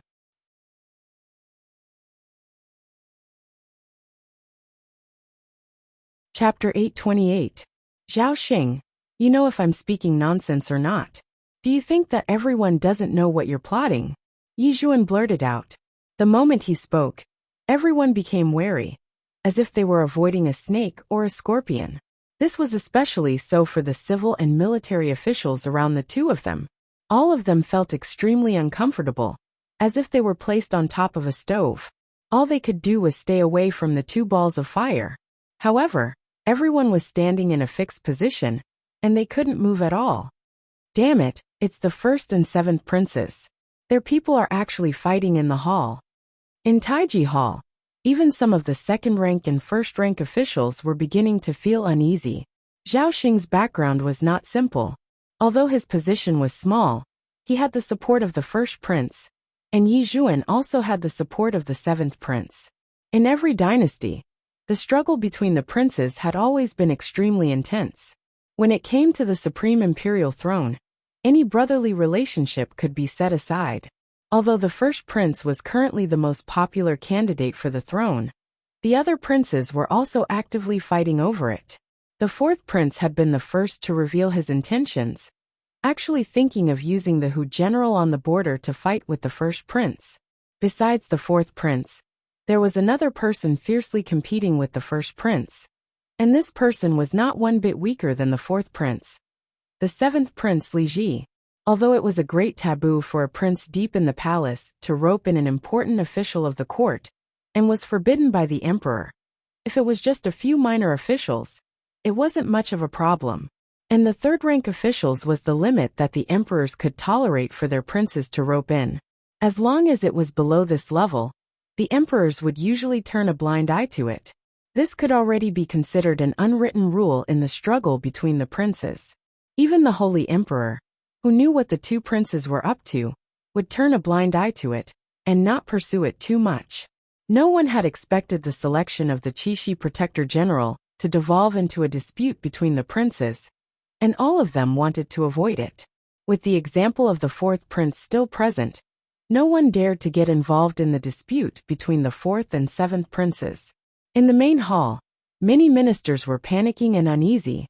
Many pairs of eyes looked up at the top of the main hall. But the Holy Emperor hid behind the bead curtain motionless. No one knew what he was thinking. However, the Holy Emperor had yet to show any dissatisfaction. From another perspective, it was clear that he did not care much about this dispute. Your Highness, when Zhao Kuang and Yi Zhuan first argued, they were still somewhat apprehensive and reserved. However, when they saw that the Holy Emperor didn't seem to care, or at least didn't express any clear reaction, the argument immediately became more intense. Your Majesty, I also recommend Great General Abusi. I think what Imperial Censor Hao said makes sense. Just as the two of them were arguing fiercely, a loud and clear voice suddenly drowned out the two of them and rang out in the hall. Bastard! Which idiot recommended me at this time?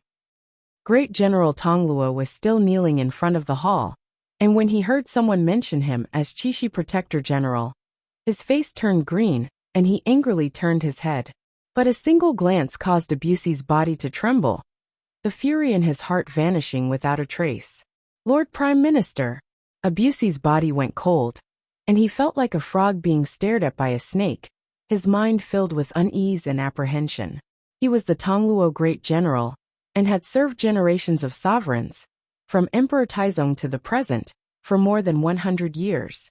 There were very few people that Abusi truly had to worry about. Many times, when Abusi was forced to kneel, it was not because he feared the imperial censors or the other ministers, but because he was worried about what the emperor thought. In the entire world, there was only one person that the Tongluo people had to worry about. After all, as the supreme general of the empire, Abusi was indeed a first-rank official. His rank was even higher than that of many civil and military officials. But Abusi had never spoken, never participated in court debates. So many people often overlooked that his status was not one bit inferior to that of Geshu Han, and Sishun, Fomen Linta or Gao Xianji, these influential great generals of the empire. Abusi had never feared a single person in the court, but there was one exception: the prime minister of the Tang dynasty. This lowly one appreciates Lord Prime Minister's good intentions, but when Abusi inherited the Tongluo clan head position, I swore that I would forever remain by His Majesty's side and protect His Majesty's safety. This lowly subject will never leave His Majesty, even if I am offered a high position and a generous salary. His Majesty is wise. Even if Abusi dies, I will never leave His Majesty. Abusi's head drooped, cold sweat pouring down his back. And now that Abusi had made this oath, all the ministers were instantly rendered speechless. This was especially true of Imperial Censor Hao, who had been recommended earlier. His face was filled with disappointment, but there was nothing he could do. Abusi had already said that he would never leave the Holy Emperor's side. Anyone who suggested that Abusi leave now would be forcing him to his death. Oh! At the very front of the hall, next to the first crimson coiling dragon pillar, that thin and long voice gave an "oh," but it said nothing more. It took a slight step back and returned to its ranks.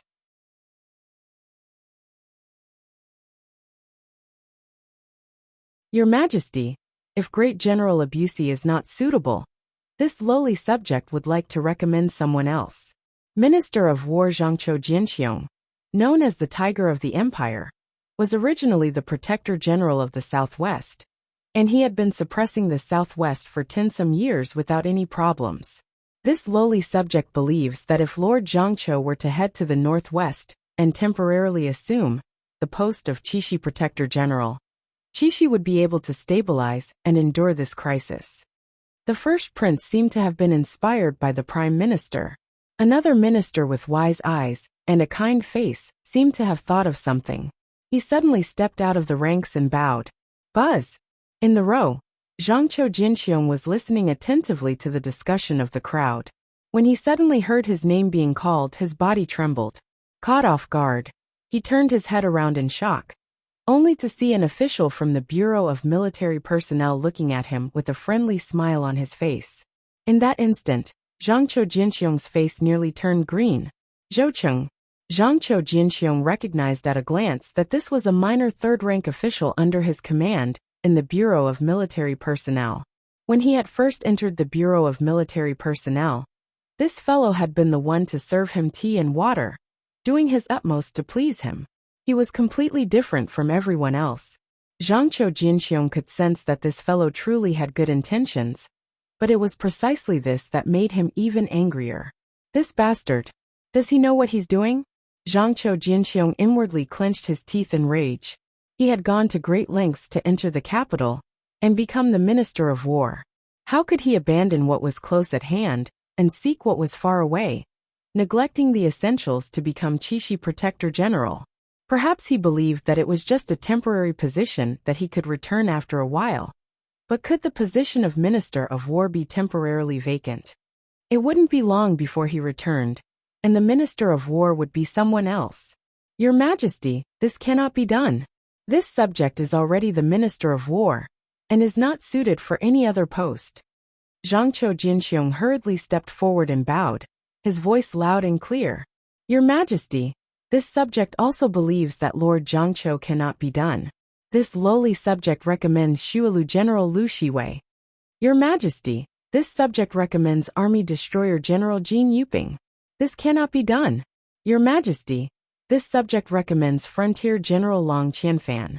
This lowly subject believes that he is more suitable. In the main hall, the voices of debate rose and fell.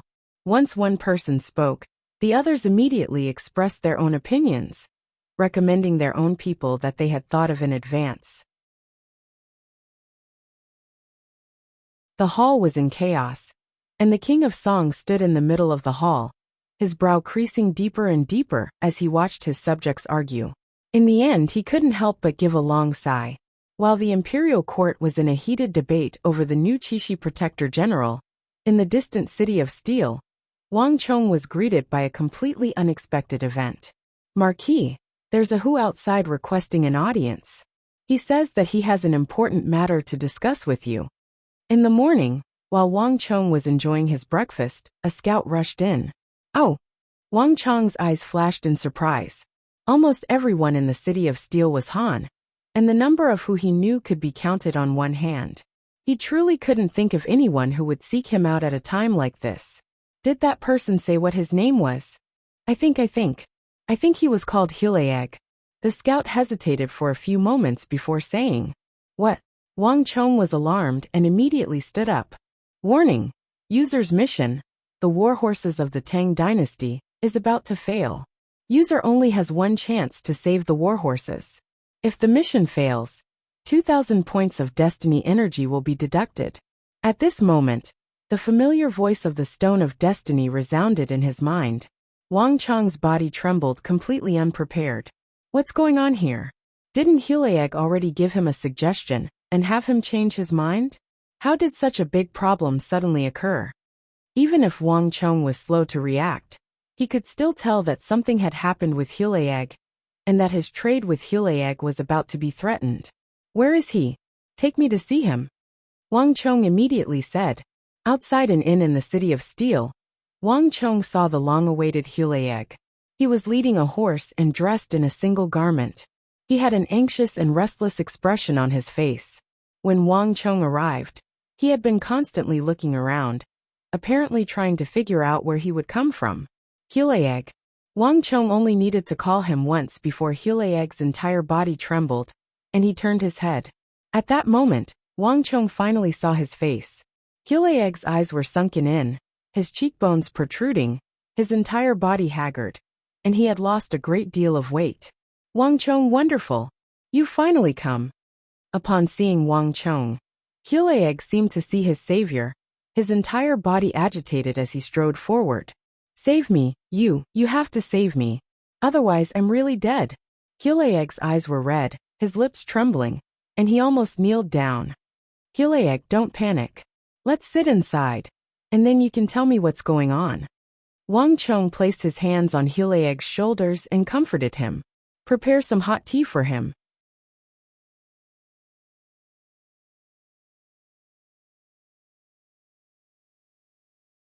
Chapter 829. Chapter 824. The second update. In Wang Chong's room, Hileag drank a few cups of hot tea. As expected, his mood had stabilized, and he began to explain what had happened.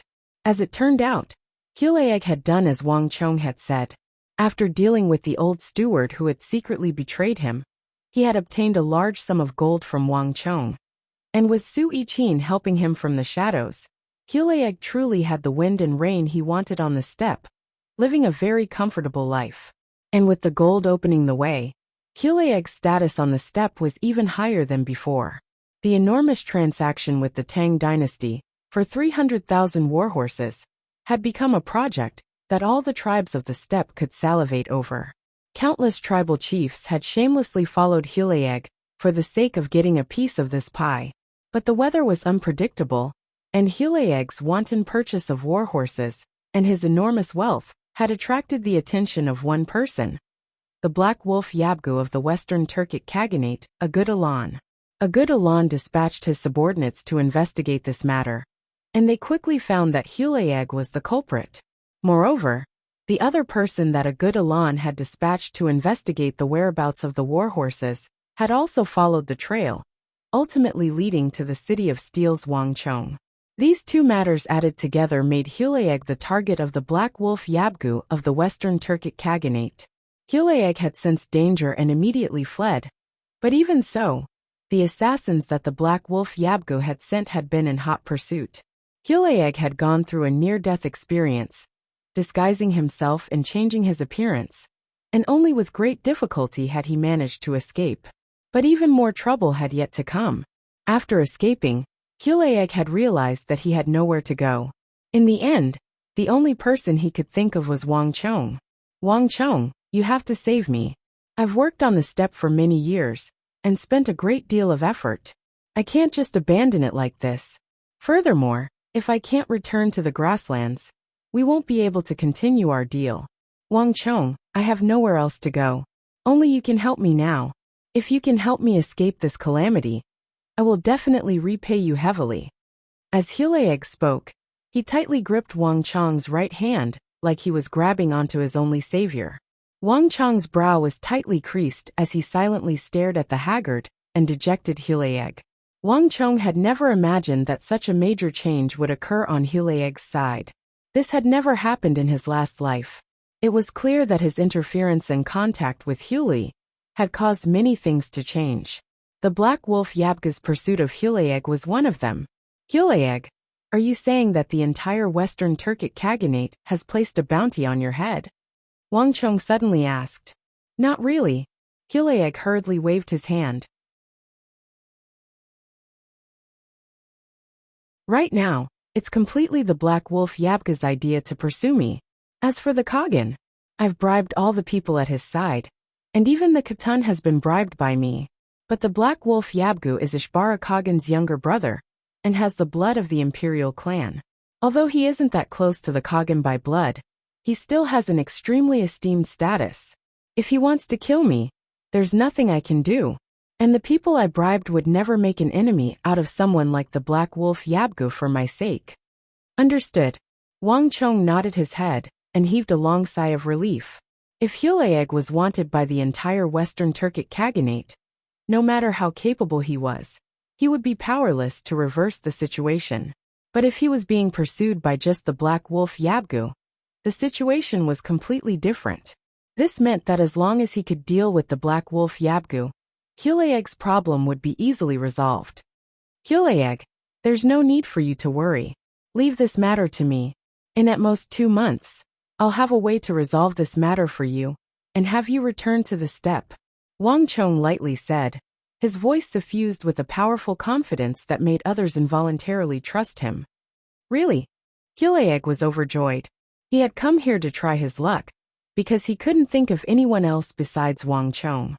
He had never expected Wang Chong to so quickly agree, and even promised that he could resolve this matter in 2 months. This was something he had never expected from the very start. In all the time we've known each other, when have I ever lied to you? Wang Chong faintly smiled, his body slowly exploding with a powerful aura. After sending Hulayeg away, the smile on Wang Chong's face gradually faded. I didn't think that it would be him. Wang Chong muttered to himself, his brows slowly creasing. Black Wolf Yabgu Agudalan was a name that Wang Chong was extremely familiar with. There were 2 major threats to Chishi. One was the Azura war god of the Uzum Plateau, Dian Mangpoch. That person had already been killed by Wang Chong. And the danger to Chishi's west on the Uzum Plateau had been temporarily removed. The remaining threat was the Black Wolf Yabgu Agudalan of the Western Turkic Khaganate. This person's style was completely different from Dian Mangpoch's. If Dian Mangpoch liked to break through head-on and attack, then the Black Wolf Yabgu of the Western Turkic Khaganate liked to watch from the shadows, find a chance, and strike a fatal blow. Although the two had different styles, the threat they posed was the same. After the Battle of the Triangular Gap in the Uzun, there had been no activity on the Turkic steppe. Wang Chong had never imagined that in the end, the Black Wolf Yabgu would appear before his eyes in this manner. The 300,000 high-quality Turkic warhorses were extremely important to him and the entire Tang dynasty. No matter what, they could not be destroyed by the Black Wolf Yabgu. It seems like I'll have to bring forward that matter, Wang Chong quietly said to himself, a harsh and cold light in his eyes. On the distant Turkic steppe, 700 or 800 kilometers away from the defense line of the Chishi Protectorate, a massive golden tent stood, guarded by tens of thousands of Turkic cavalry, all of them strong and sturdy, their eyes cold and sharp, like unsheathed swords. Not far from these Turkic cavalry, large and muscular wolves were roaming the area, baring their fangs. Man and wolf lived in harmony, as if they were one. This was a sight that could only be seen on the Turkic steppe. Have you found any news of Hilayeg? At this moment, a silhouette swayed in the golden tent, and a rough, wild voice came from inside. Lord Yabgu, Hilayeg is truly crafty. He actually disguised himself as a woman and escaped. Our men were fooled for a moment, and allowed him to escape. He has already fled to Wuxiang's city of steel, the territory of that Tang dynasty youth. According to Lord's orders, our men did not dare to pursue him. The thin Turkic scout kneeled on the ground, his face as white as paper, and his forehead drenched in cold sweat. What? All of you bastards! The black wolf Yabgu was enraged, and with a crack, he crushed a large night pearl he had taken from Hilayeg's house. If you can't even capture a trifling horse merchant, what use are you? Someone! Upon hearing this, the face of the scout who was kneeling on the ground immediately turned ashen, and he couldn't even kneel steadily. After following the black wolf Yabgu for so long, he naturally understood what these words meant. Once the black wolf Yabgu began to call for reinforcements, someone would definitely be decapitated. Wait! At this moment, the voice of a young Turkic man dressed in extravagant robes walked up from behind the black wolf Yabgu, and lightly pressed down on the Yabgu's raised right hand. Are you going to kill me? Wang Chong asked. It's just a trifling horse merchant. There's no need for Lord Yabgu to get angry. Moreover, we've already seized so many things from his house, which is more than enough. What need is there to get angry with your subordinate? In addition, compared to a trifling horse merchant, what we need to do next is what Lord Yabgu should be focusing on. Isn't that right?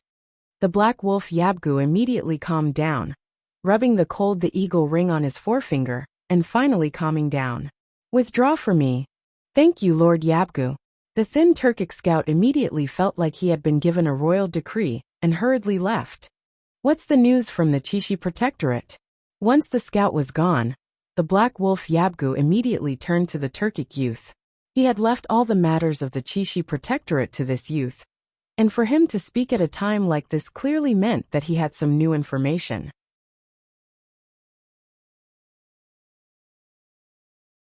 Haha, everything is as the Yabgu predicted. With Fomenlinta caught up in the war of the princes of the Tang dynasty, Chishi is a group of dragons without a leader. Right now, there are many factions in Chishi, all of them hostile to each other, all vying for the position of Chishi Protector General. In addition, according to Lord Yabgu's orders, we've already gotten in touch with a few of them, and are doing all we can to rope them in, promising them all sorts of conditions. The effects are already beginning to show. Some of them have already expressed that they want to lead some of their soldiers in Chishi to join us. This is truly a once-in-a-lifetime opportunity, and we can use this chance to deal a heavy blow to the Chishi Protectorate. The Turkic youth's face was beaming as he spoke. Not a heavy blow to the Chishi Protectorate. The black wolf Yabgu frowned. Our goal isn't to infuriate the Tang dynasty and start a war with them. That would be no different from Uzan, and it would be extremely unwise. Moreover, a heavy blow to the Chishi Protectorate is useless. The Tang dynasty will continue to send more soldiers over, and a heavy blow of tens of thousands of soldiers won't have much effect on the Tang dynasty, but it will incur the wrath of the Tang dynasty. The crucial point is that massive armory of the Chishi Protectorate. The Turkic youth fell silent at the Yabgu's words. He knew which armory the black wolf Yabgu was referring to. The Chishi Protectorate possessed all of the western regions, or more accurately, it was the largest armory on the border of the Tang dynasty. This armory had been constructed on the orders of the Holy Emperor. At the time, it had provided enormous assistance to the Tang dynasty's westward march and the northern expedition of the Turkic steppe. There was an enormous amount of military equipment there. Putting aside everything else, just the Great Tang's most powerful heavy ballistae numbered 100,000, and there were also countless other types of armor and bows. However, although this armory was in Qixi, it was not owned by the Qixi Protectorate. The Qixi Protectorate only had the responsibility of guarding it. This armory simultaneously supplied the armory of Anxi, Baiting, Qixi, and Longxi. All the mobilization of armory required the personal decree of the Holy Emperor. This meant that, although the Qixi Protectorate possessed this treasury, it had no authority to use it.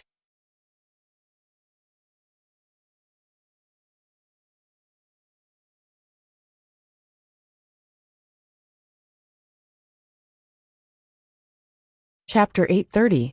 The Black Wolf Yabgu had been eyeing that massive armory for some time now, but when Fomin Linta was in power, the place had been heavily guarded, and with Fomin Linta presiding over it at all times, the Black Wolf Yabgu had never had a chance.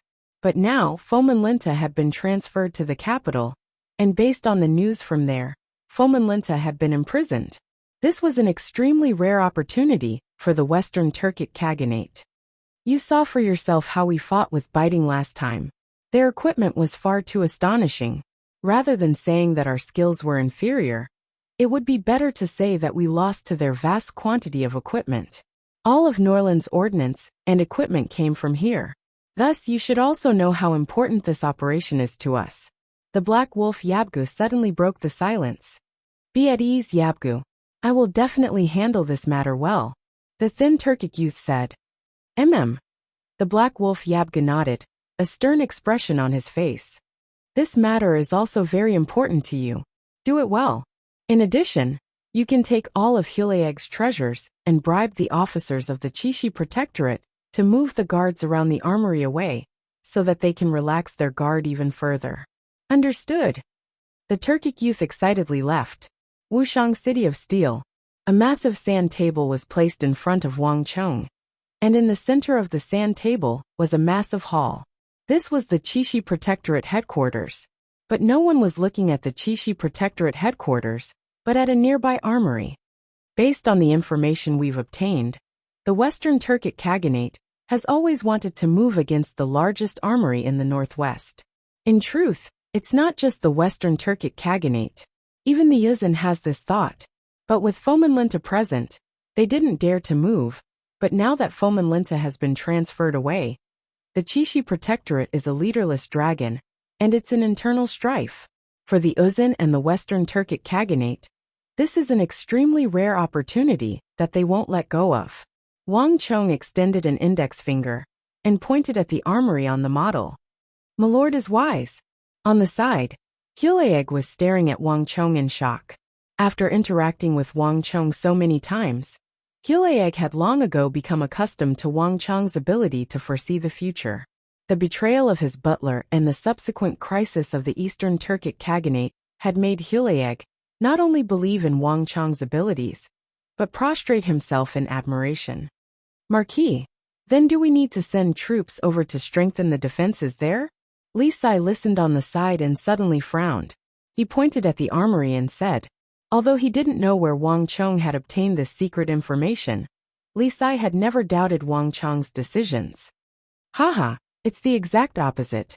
Wang Chong smiled and shook his head. If you want to take first, you must first give.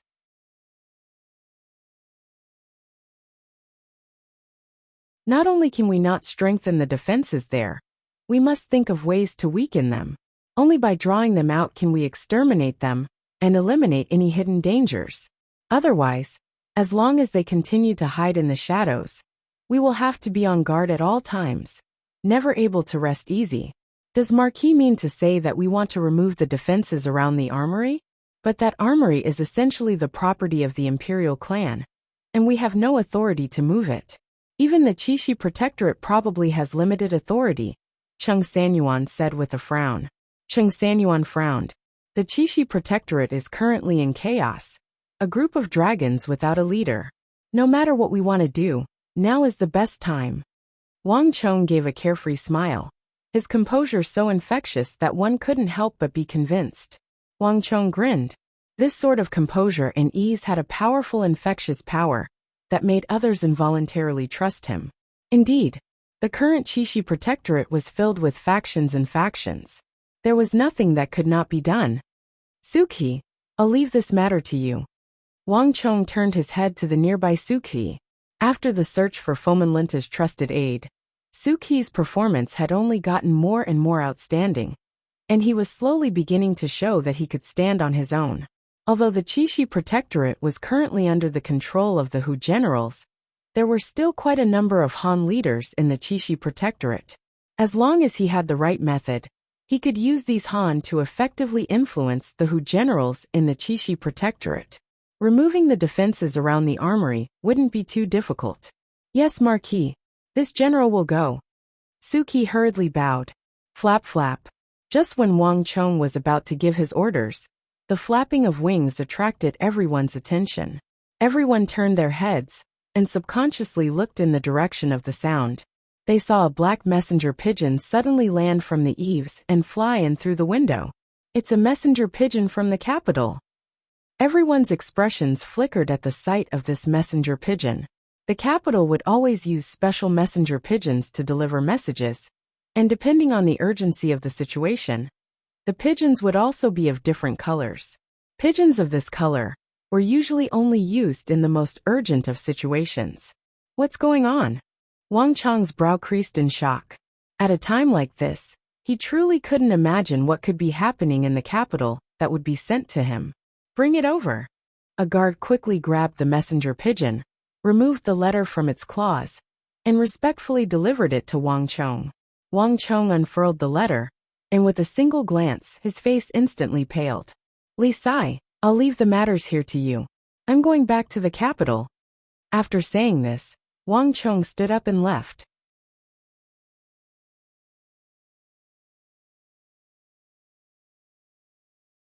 Under the flabbergasted gazes of the crowd, he hurriedly crossed the threshold and vanished.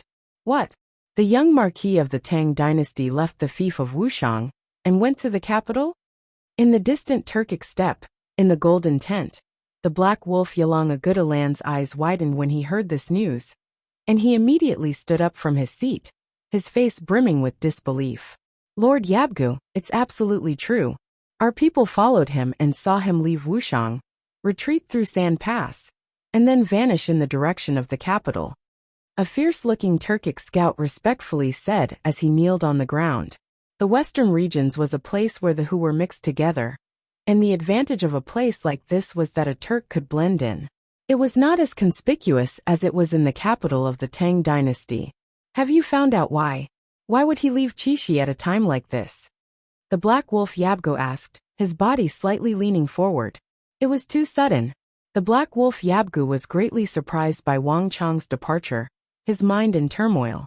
In truth, there were only two people in Qixi that he feared. One was the old protector general of Qixi, the great General Fomenlinta. This man was cunning and not easy to deal with, and he was also very strong. The other was that young Marquis Wang Chong, who had always been underestimated in the Tang dynasty. Unlike the other factions, a good Elan had met the ghost Eye Yabgu, and the information he had obtained from the Divine Mountain battlefield in the southwest was completely different from what others had heard. This 17-year-old youth of the Tang dynasty had displayed astonishing abilities on the southwestern battlefield. The ghost Eye Yabgu had once said that the number of people in the eastern and western Turkic Khaganates who could contend against that youth in terms of strategy could be counted on one hand. Not even 3 fingers more. It was precisely because of these words that Ishbara Khagan had issued the order to kill that youth of the Tang dynasty. Although that young Marquis of the Tang dynasty was a formidable commander, his excessively low level of martial arts was his Achilles heel, his fatal flaw. A good Elan had once wanted to lead his army south, break through the barriers of the Qixi Protectorate, slaughter his way into Wuxiang's city of steel, and then use a surprise attack to behead that youth of the Tang dynasty. But a good Elan had realized that someone had moved even faster than him. This person was the Azura war god of the Uzan, Dian Mangpoch. When the news of Dian Mangpoch's death at the Battle of the Triangular Gap arrived, a good Elan had been utterly stunned, and all the killing intent in his mind had instantly vanished. Although he rarely met with the Azura war god of the Uzan, let alone interacted with him, the two of them had known each other for a long time. and both could be considered the two mighty lions of the Qixi region. A good Elan felt that he was about as strong as Dian Mangpoj, both being brigadier generals. If not even Dian Mangpoj was a match for Wang Chong, a good Elan did not believe that he would be able to gain much of an advantage. At the very least, a lightning-quick assault and beheading Wang Chong was extremely impractical. This was why he had let Hulieg go when he heard that he had fled to Wuxiang. "My lord, we've investigated. It seems to be related to the young Marquis's second brother. Based on the information we've obtained, it seems that his second brother committed a crime and killed someone, and it seems to have involved a princess. The incident was too sudden, so he had no choice but to leave." He could vaguely hear the scout's voice. He knelt motionlessly in front of the hall, his expression respectful and reverent. "Second brother? Isn't it that fellow called Wang Bei?" The black wolf Yabgua Goodalan's eyes widened as he quietly said to himself. He had long ago gathered all the information he could on Wang Chong. Unlike the other factions, the black wolf Yabgua's information was very comprehensive, and he even knew that Wang Chong's second brother, Wang Bei, suffered from some sort of berserk bloodline. Many years ago, he had suffered an attack and ended up being imprisoned in the imperial prison. He hadn't expected to be released so soon. "Investigate for me. Hurry up and verify the authenticity of this information," the black wolf Yabgua said without hesitation. On this matter, his attitude was very cautious.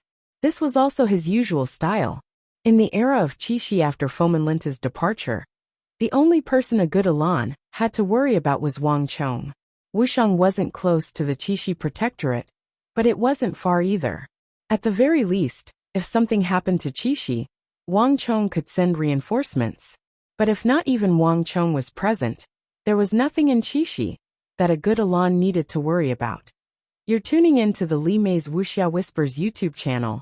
We're so grateful for your support, and don't forget to subscribe to join us on this incredible journey through captivating stories. Your generosity through donations truly makes a world of difference, as it's the primary source of revenue that allows me to expand and enhance this channel for you. Thank you from the bottom of my heart for being a part of this adventure.